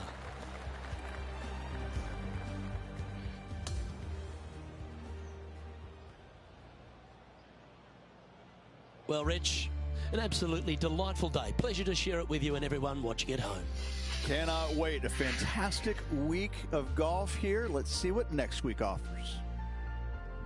Well, that just about concludes our coverage. On behalf of Rich Beam, I'm Luke Helvey. Thanks for tuning in. We'll see you tomorrow.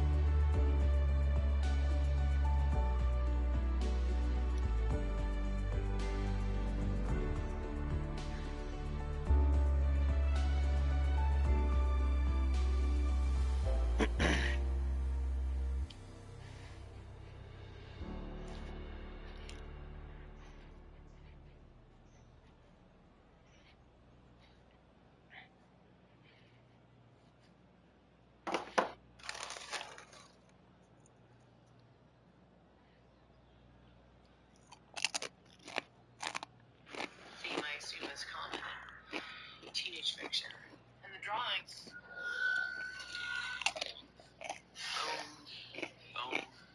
Drawings. Warren wrote the comics, but there was no evidence in his room that he knew how to draw. Dr. Brennan, I found an extra piece of bone I can't account for. Someone else drew the comic. Stu Ellis. What about him? Look, Warren Granger wrote this comic book, but it was drawn by Stu Ellis. Look, I told you I knew Warren from the store, okay? He was a serious investor. I owe you money, Stu? What? Was it creative differences, or that you just didn't get enough credit? No, it was none of that. Look, why didn't you tell me you were partners when I asked you earlier? Because we had a big argument. I didn't want you to think I had a motive. Hey, what'd you argue about? Abigail Daly? No, man, it's merchandising. You argued about merchandising. Yeah, Warren thought he deserved 70% for the concept, but I think since I did the actual drawings, I... Do you have a publisher? No. And now we never will. Look, you think that I killed Warren? I'm not that stupid, man. Who do you think killed Warren? I don't know. Definitely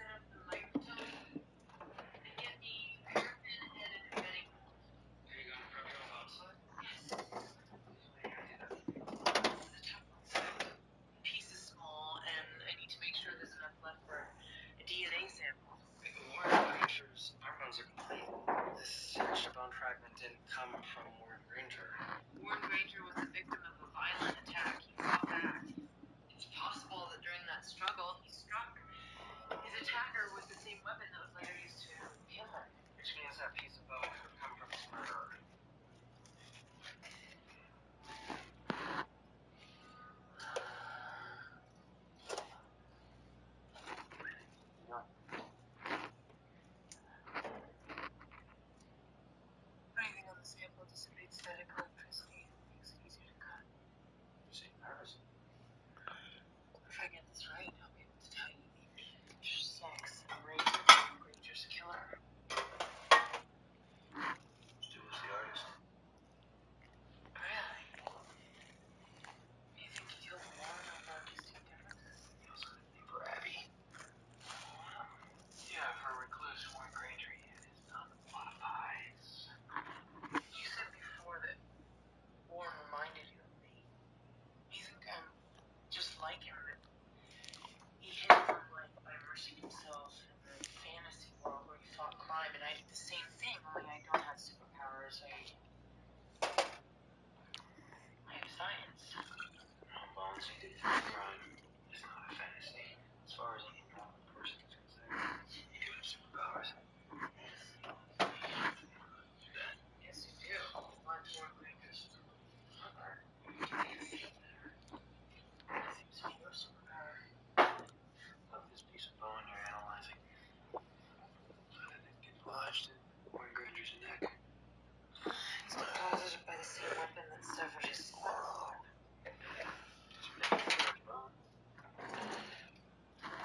Are you thinking separate murder victim? Double lessons. Woman he loved. I don't think she's dead. Why? This is an arm bone. Has anyone we've seen on this case been favoring her arm? Not that I've noticed. That's because you're not an anthropologist. With superpowers. That's good.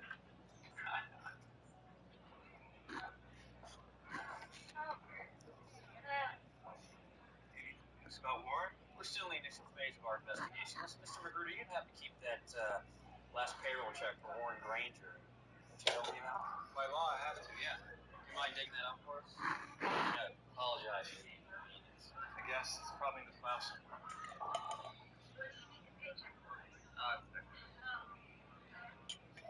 Mrs. Magruder, what's wrong with your left side? Why would you ask me that? I noticed how you held yourself the last time I was here. I didn't think anything of it, though, viewed through the current context.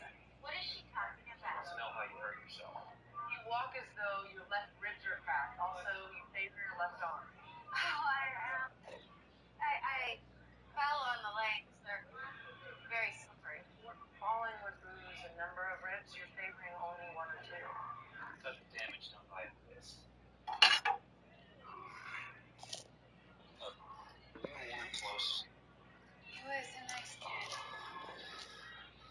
Really nice kid. Here it is. You two wanna pull a few frames? Got some empty lanes. I'll see you in the comic books. What? Thanks, I'll back to you. It's see you in your funny pages? Okay, I didn't understand. That's been beats her. Bones. I ain't talking about multiple hypotheses. It's a leap, yes, but it's bound to happen. Me spending so much time with you, and that's a compliment. Okay, so Warren's former boss is the Twisted, and the boss's wife is the Opalescence. Go back and arrest him. It's not enough. And for that, we need something just a little bit more real. Evidence. Cold hard facts, baby.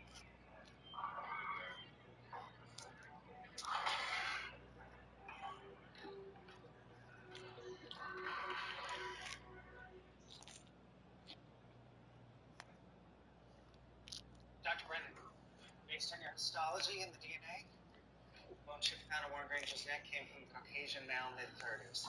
Magruder. What? Can you get any more specific? We need the weapon. Well, I can get a warrant search the Magruder house for whatever you want. That's the trouble. We don't know exactly what we're looking for. We hit a dead end trying to reverse engineer it from the mark on the neck. Too much damage, fragmentation. Wait. You said that in books you could find a real-world version. Yeah, probably. If you know you, it's pretty obvious. Well, give me an example. Okay, well, in the book, your partner's a former boxer, graduated from Harvard, spoke 6 different languages in your life. You got me. So what you're saying is that reality falls far, far short of fictional. Yeah. Thanks a lot, Bones. Warren Granger's spinal cord was severed by something sharp, but not a knife. If it wasn't a knife, find would be a corkscrew or a Tibetan skull knife, but neither of them explained how foreign bone was left lodged in the vertebrae. Citizen 14 left. A laser cutlass, a thing that allowed him to hear through walls. We're looking for something that has a drabber, more banal version in the real world. Well, why would he be killed by his own weapon? Oh, because he probably had it on him the night he decided to confront Ted Magruder. Citizen 14's arsenal. What's that? That's his main weapon. It's a three-sided throwing knife that returns to him. But none of them make the wounds that resemble the one that severed Warren's spinal cord. It's just an idea. Bones. No, I fell into the exact thing that I warned you about. Developed a PGA hypothesis, not grounded in fact. No, Bones, I know exactly which drab real-world thing was used to murder Warren Granger. All this kid wants is to feel like a hero, so he's facing damsel in distress. Also, Magruder is 10 years older. That's not the damsel part that matters. It's the distress that appealed to the kid. You know? Look, it wasn't about the sex or the romance. It never was. You want to make a difference in the world before you die. I told you he's more like you than me. 22705 dispatch. 275. Unit set to suspect's residence. Reports the domicile is empty. But no one's there. What about the wife? Negative. Search team is inside the house. It's empty. Signs of flight. Affirmative. Dispatch.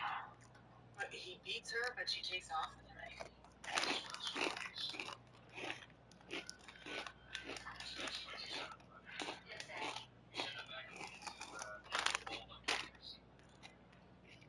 Domestic disturbances are always weird, okay?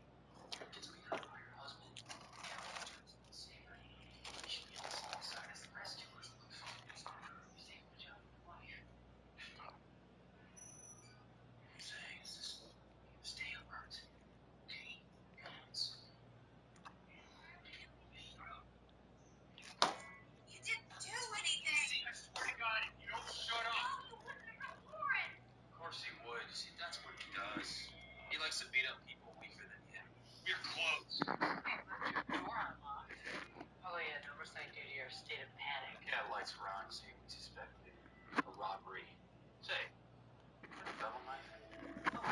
It's a triangular, three-sided knife. You know, to clean out bowling ball holes?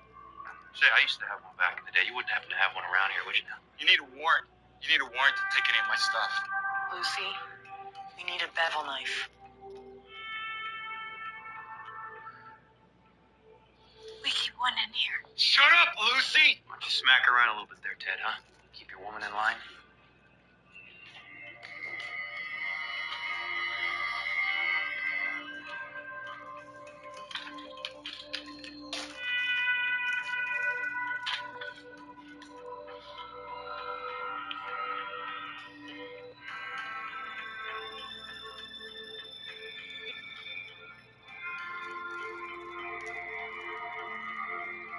Yeah.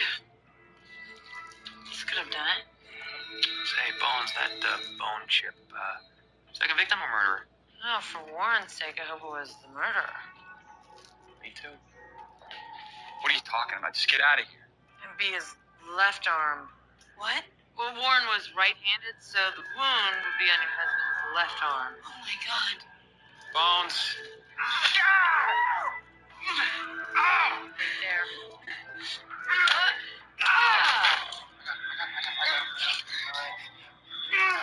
Oh, hell, Bones. Looks like you opened up an old wound there. Yeah, all right, let's go. All right, you know what? You're under arrest. I really hate a white beater. I really do. Almost as much as I hate someone who kills a dying kid.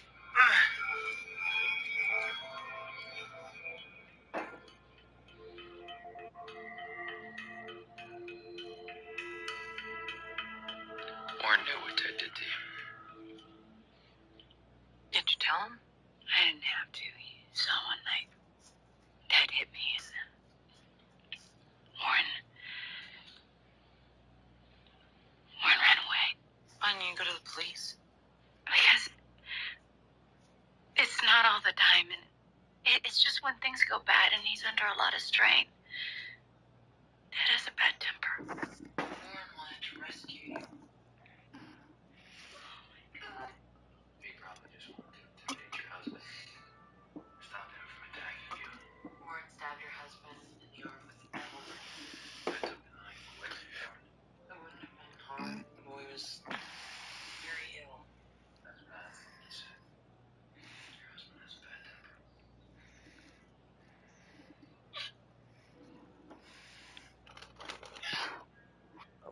make coffee and pancakes tomorrow. Maybe some breakfast sausages and pancakes. That's actually really fucking good. I'm gonna have a hot chocolate and go to bed.